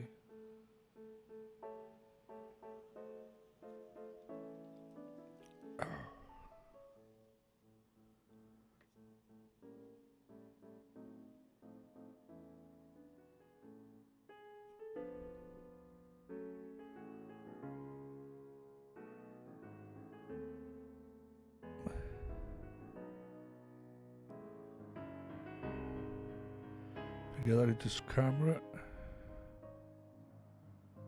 I was thinking about it.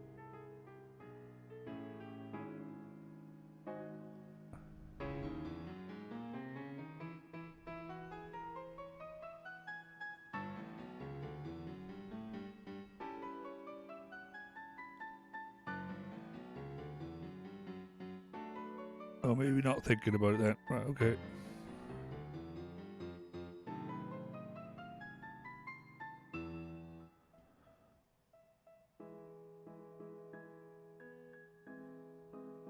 Let's take it off camera.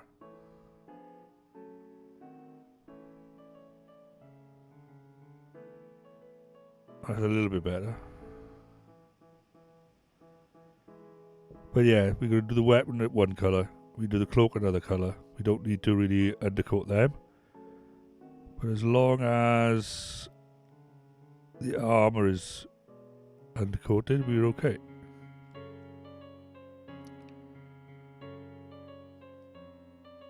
So, put that up there and we move on to the next one.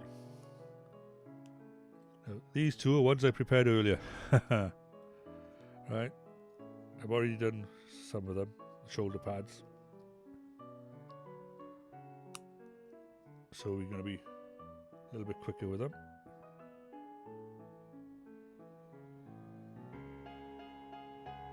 So we got this guy.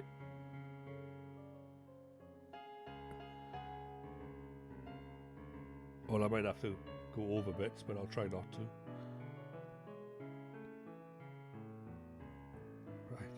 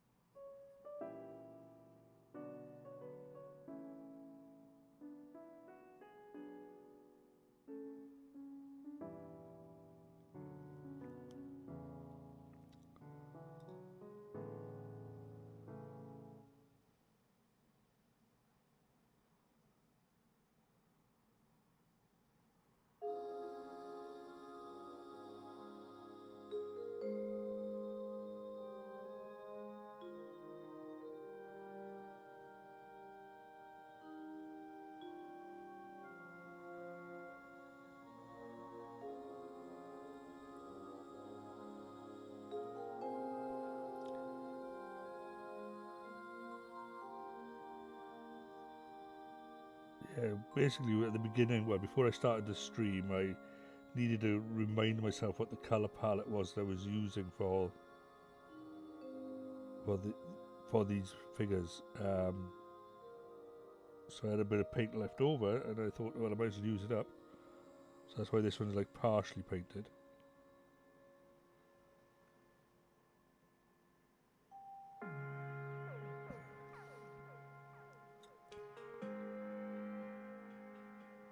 But obviously you've got to sort of keep your figures relatively consistent. Good painters, which I'm not, usually have like a recipe book. They call it their cookbook, I think, where they will keep a list of all the paints that they used on a particular model, so they can then replicate it when they're doing like an army or something.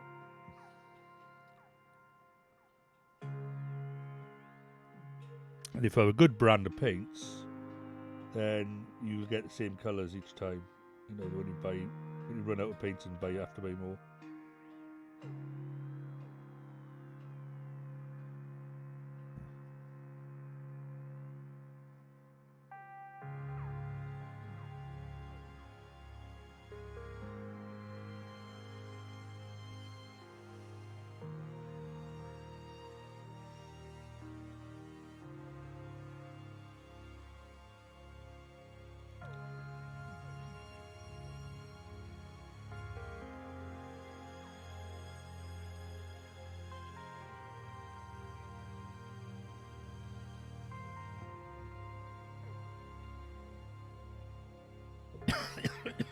Pardon me.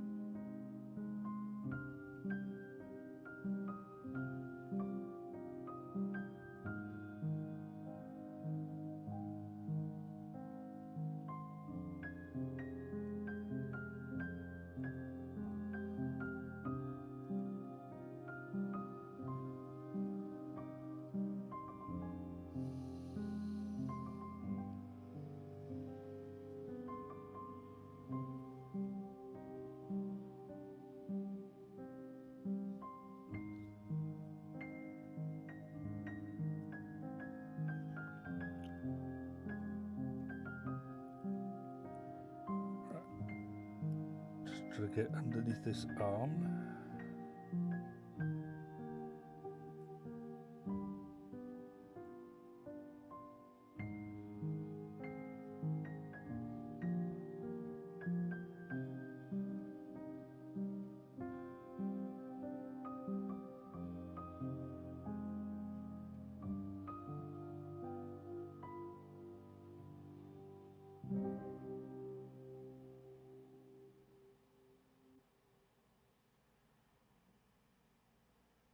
Okay, that's a bit better.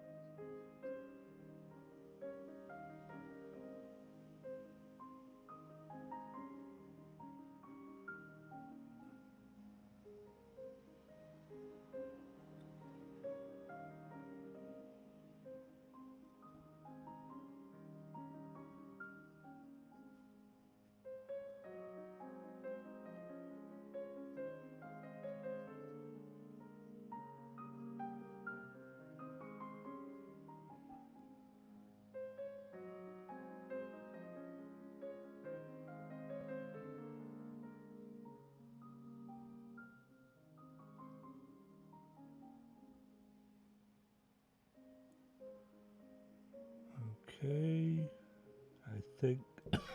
Pardon me.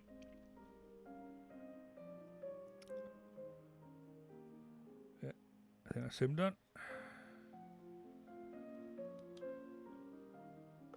Right. Last one then. And then once we've done the undercoat on this one, we'll call it quits for the day. Because my shoulders are really starting to ache now. All this slouching around. So it's not good for me.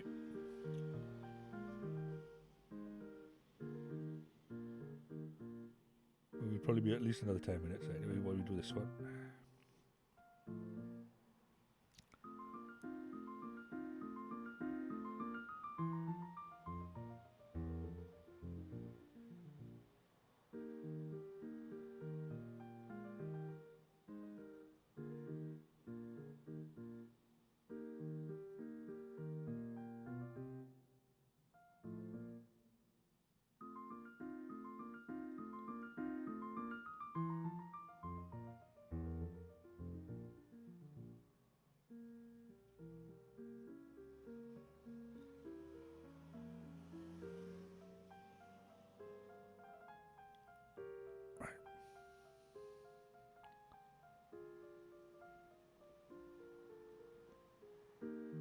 And all this hard work will pay off eventually. It's like when you build a house. You don't really see it pulled together until the paint's on the walls. All the concrete you put in, the foundations you put in, the breeze blocks, the brickwork, fascia, all that sort of stuff. The windows, nah, don't count. It's only when you start putting the first lick of paint on it and it starts suddenly looking like a house. Same with this. Do all the base work, do all of this, clean it up, do the filing, undercoating. It didn't really come together until the dry wash goes on. Not dry wash. The shit, what do you call it? That was damn thing is called now. Not the dry wash. Dry wash does help, dry washing, but when you put the shading on.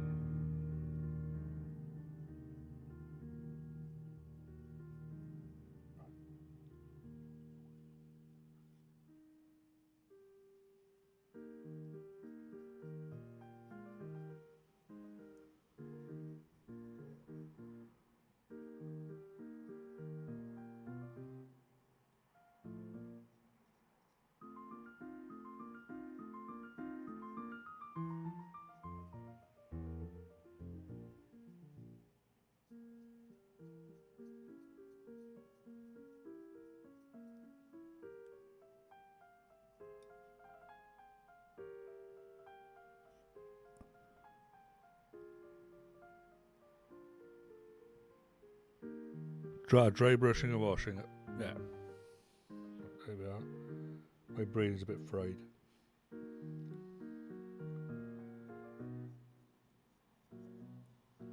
That's it. All this is just like prep work really for that.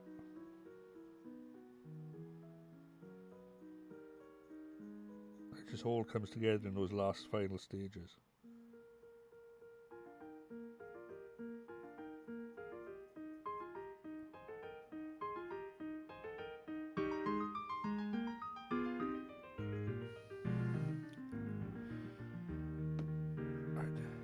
I need the tiniest bit of paint.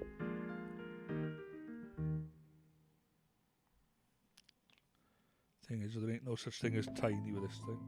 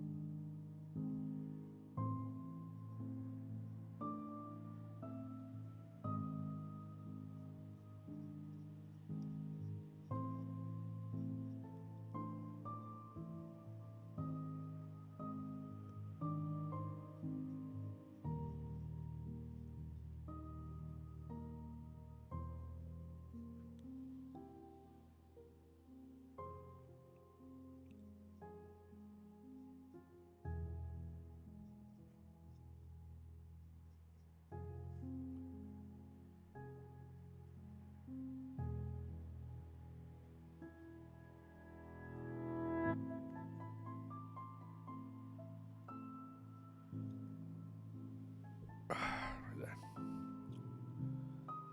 This back of this arm done.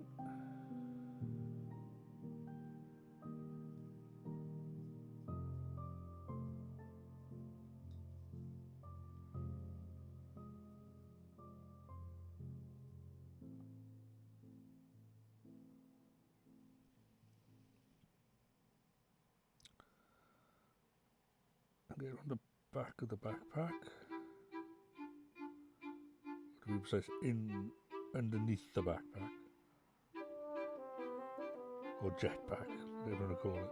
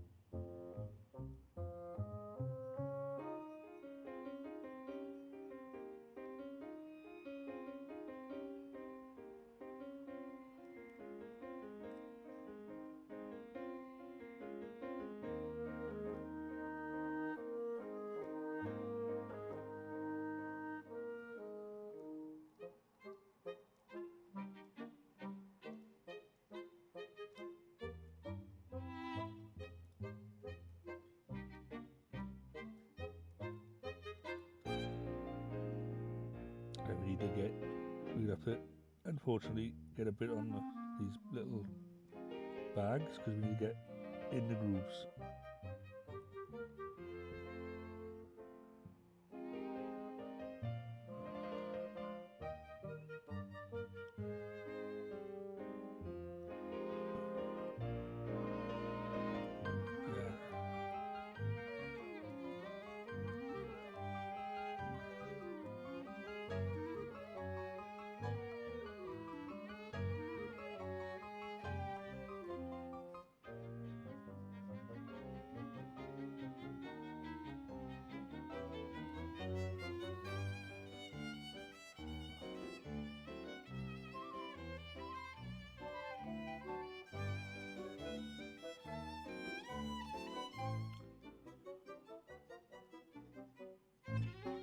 What did the great Duncan used to say? Lots of layers on it. Lots of thin layers.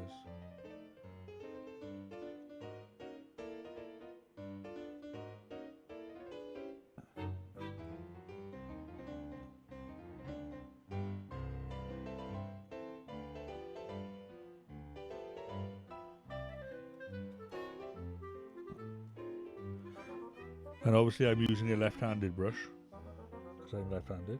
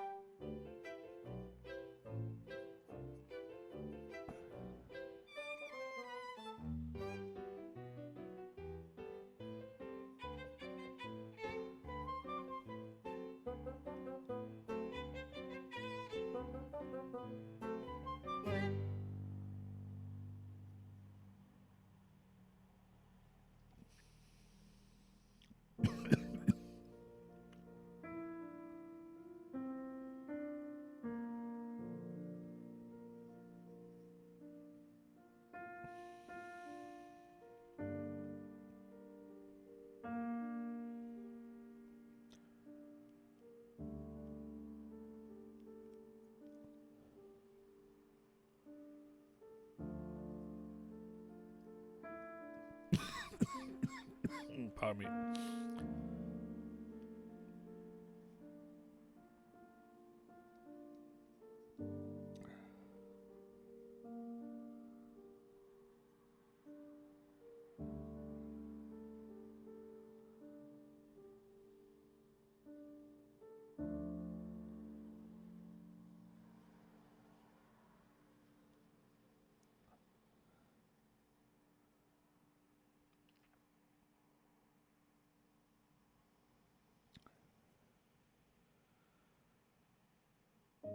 Suck up for that. Get in that.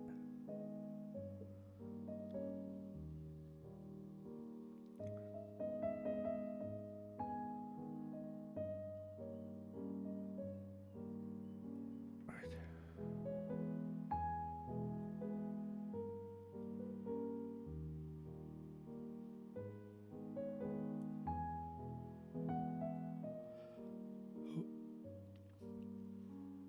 All right then. Here we go, folks.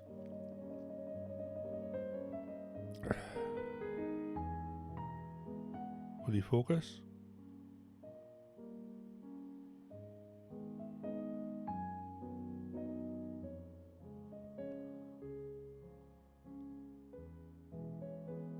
Try again.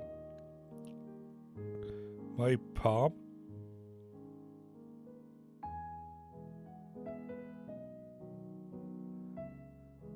Oh, well, give up. Right.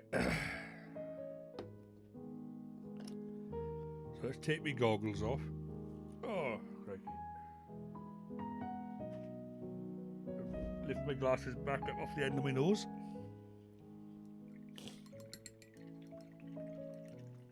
Don't forget, clean your brush.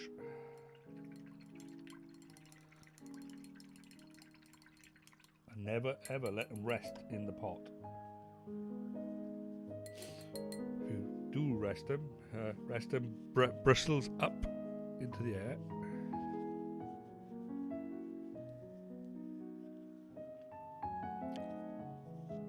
I say these ones are just starter brushes anyway, but obviously the longer I can keep them, the better.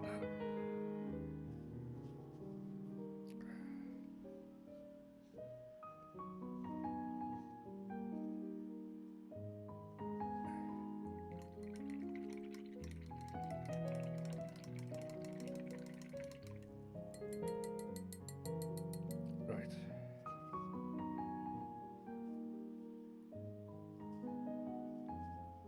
There we go, that'll do.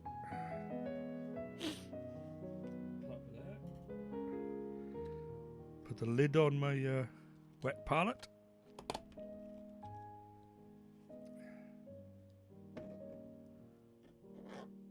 Let's move them out of the way.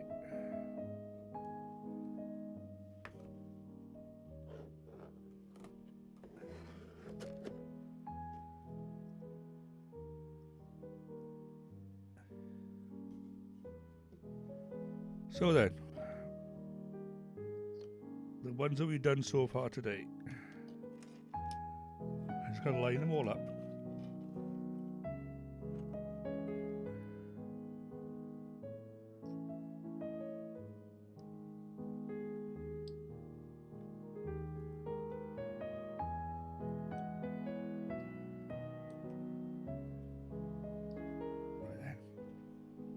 See, okay, nice little angle for you folks. Oh, let's try and bend this bar. It's not going to work, is it? Whichever way I do this. Better off just taking it out. There we go, let's do it this way. Much easier. So there's our little troop so far. Okay, we got 9 regulars and 1 ancient, looks of it. Although I suspect he might be a leader. Those 2 are like heavy weapon specialists. And then we got 6 guys at the back, which are so like normal guns. But they are getting it. And this is sort of like what we want them to look like in the end. I'll just bring these 2 guys down and move these to the back. The bulk of them, we're going to end up having them look something like this. Okay.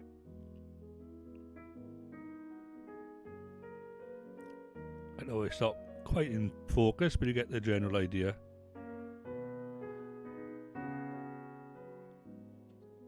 Let's see if I can get this one into focus.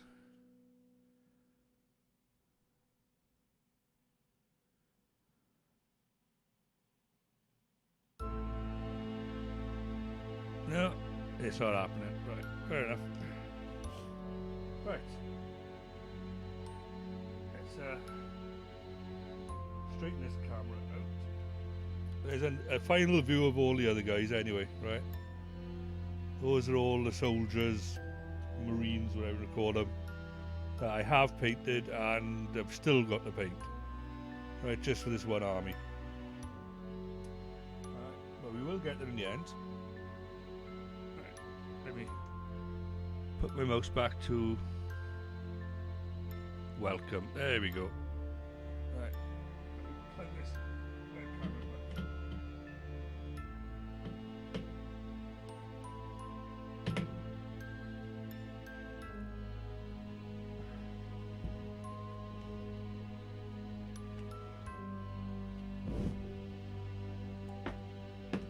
Oh, dearie me. So there we go, folks. Oops, it's getting a bit wonky. Need to tighten that up, it looks like.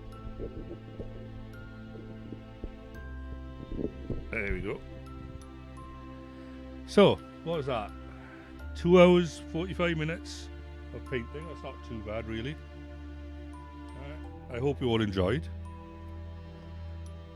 I suffered for it. I got a bad shoulder.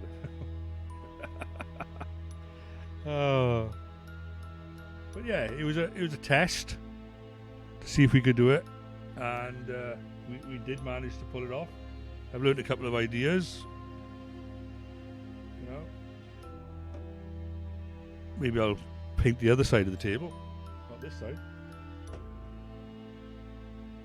There we go. Normal viewing will resume, right, as it were. I might not do another one today, but I'll probably do tomorrow. I'll probably do some Valheim in the morning, UK time, followed by hopefully some WoW later on in the day. But it might be depending. We might end up doing a little bit of Fallout. I don't know whether I need to jump off that bandwagon for a while or whether to stay on it, to be honest with you. I shall decide on that later on tonight or tomorrow morning. But there we are. Thank you all for watching. All those that dropped in and had to rush off, that's fine. Those that have sat quietly and lurked, perfectly fine. But don't feel shy if you want to have a chat. You know, I don't bite much. There we go. If you want to see more miniature painting, I'm going to do it anyway. So you might as well just remember and pop round next time I do some miniature painting. I've still got, at the very least, if I finish these guys, these are 10 guys, it'll be worth it, and then the rest I'll do myself. But if we get these 10 guys to the finishing line, highlighted, dry brushed and washed and varnished and all that malarkey, and battle ready, that'd be nice. There we are, folks. Once again, I say thanks for watching, and I shall say goodbye for today. All right, ta-ra, folks.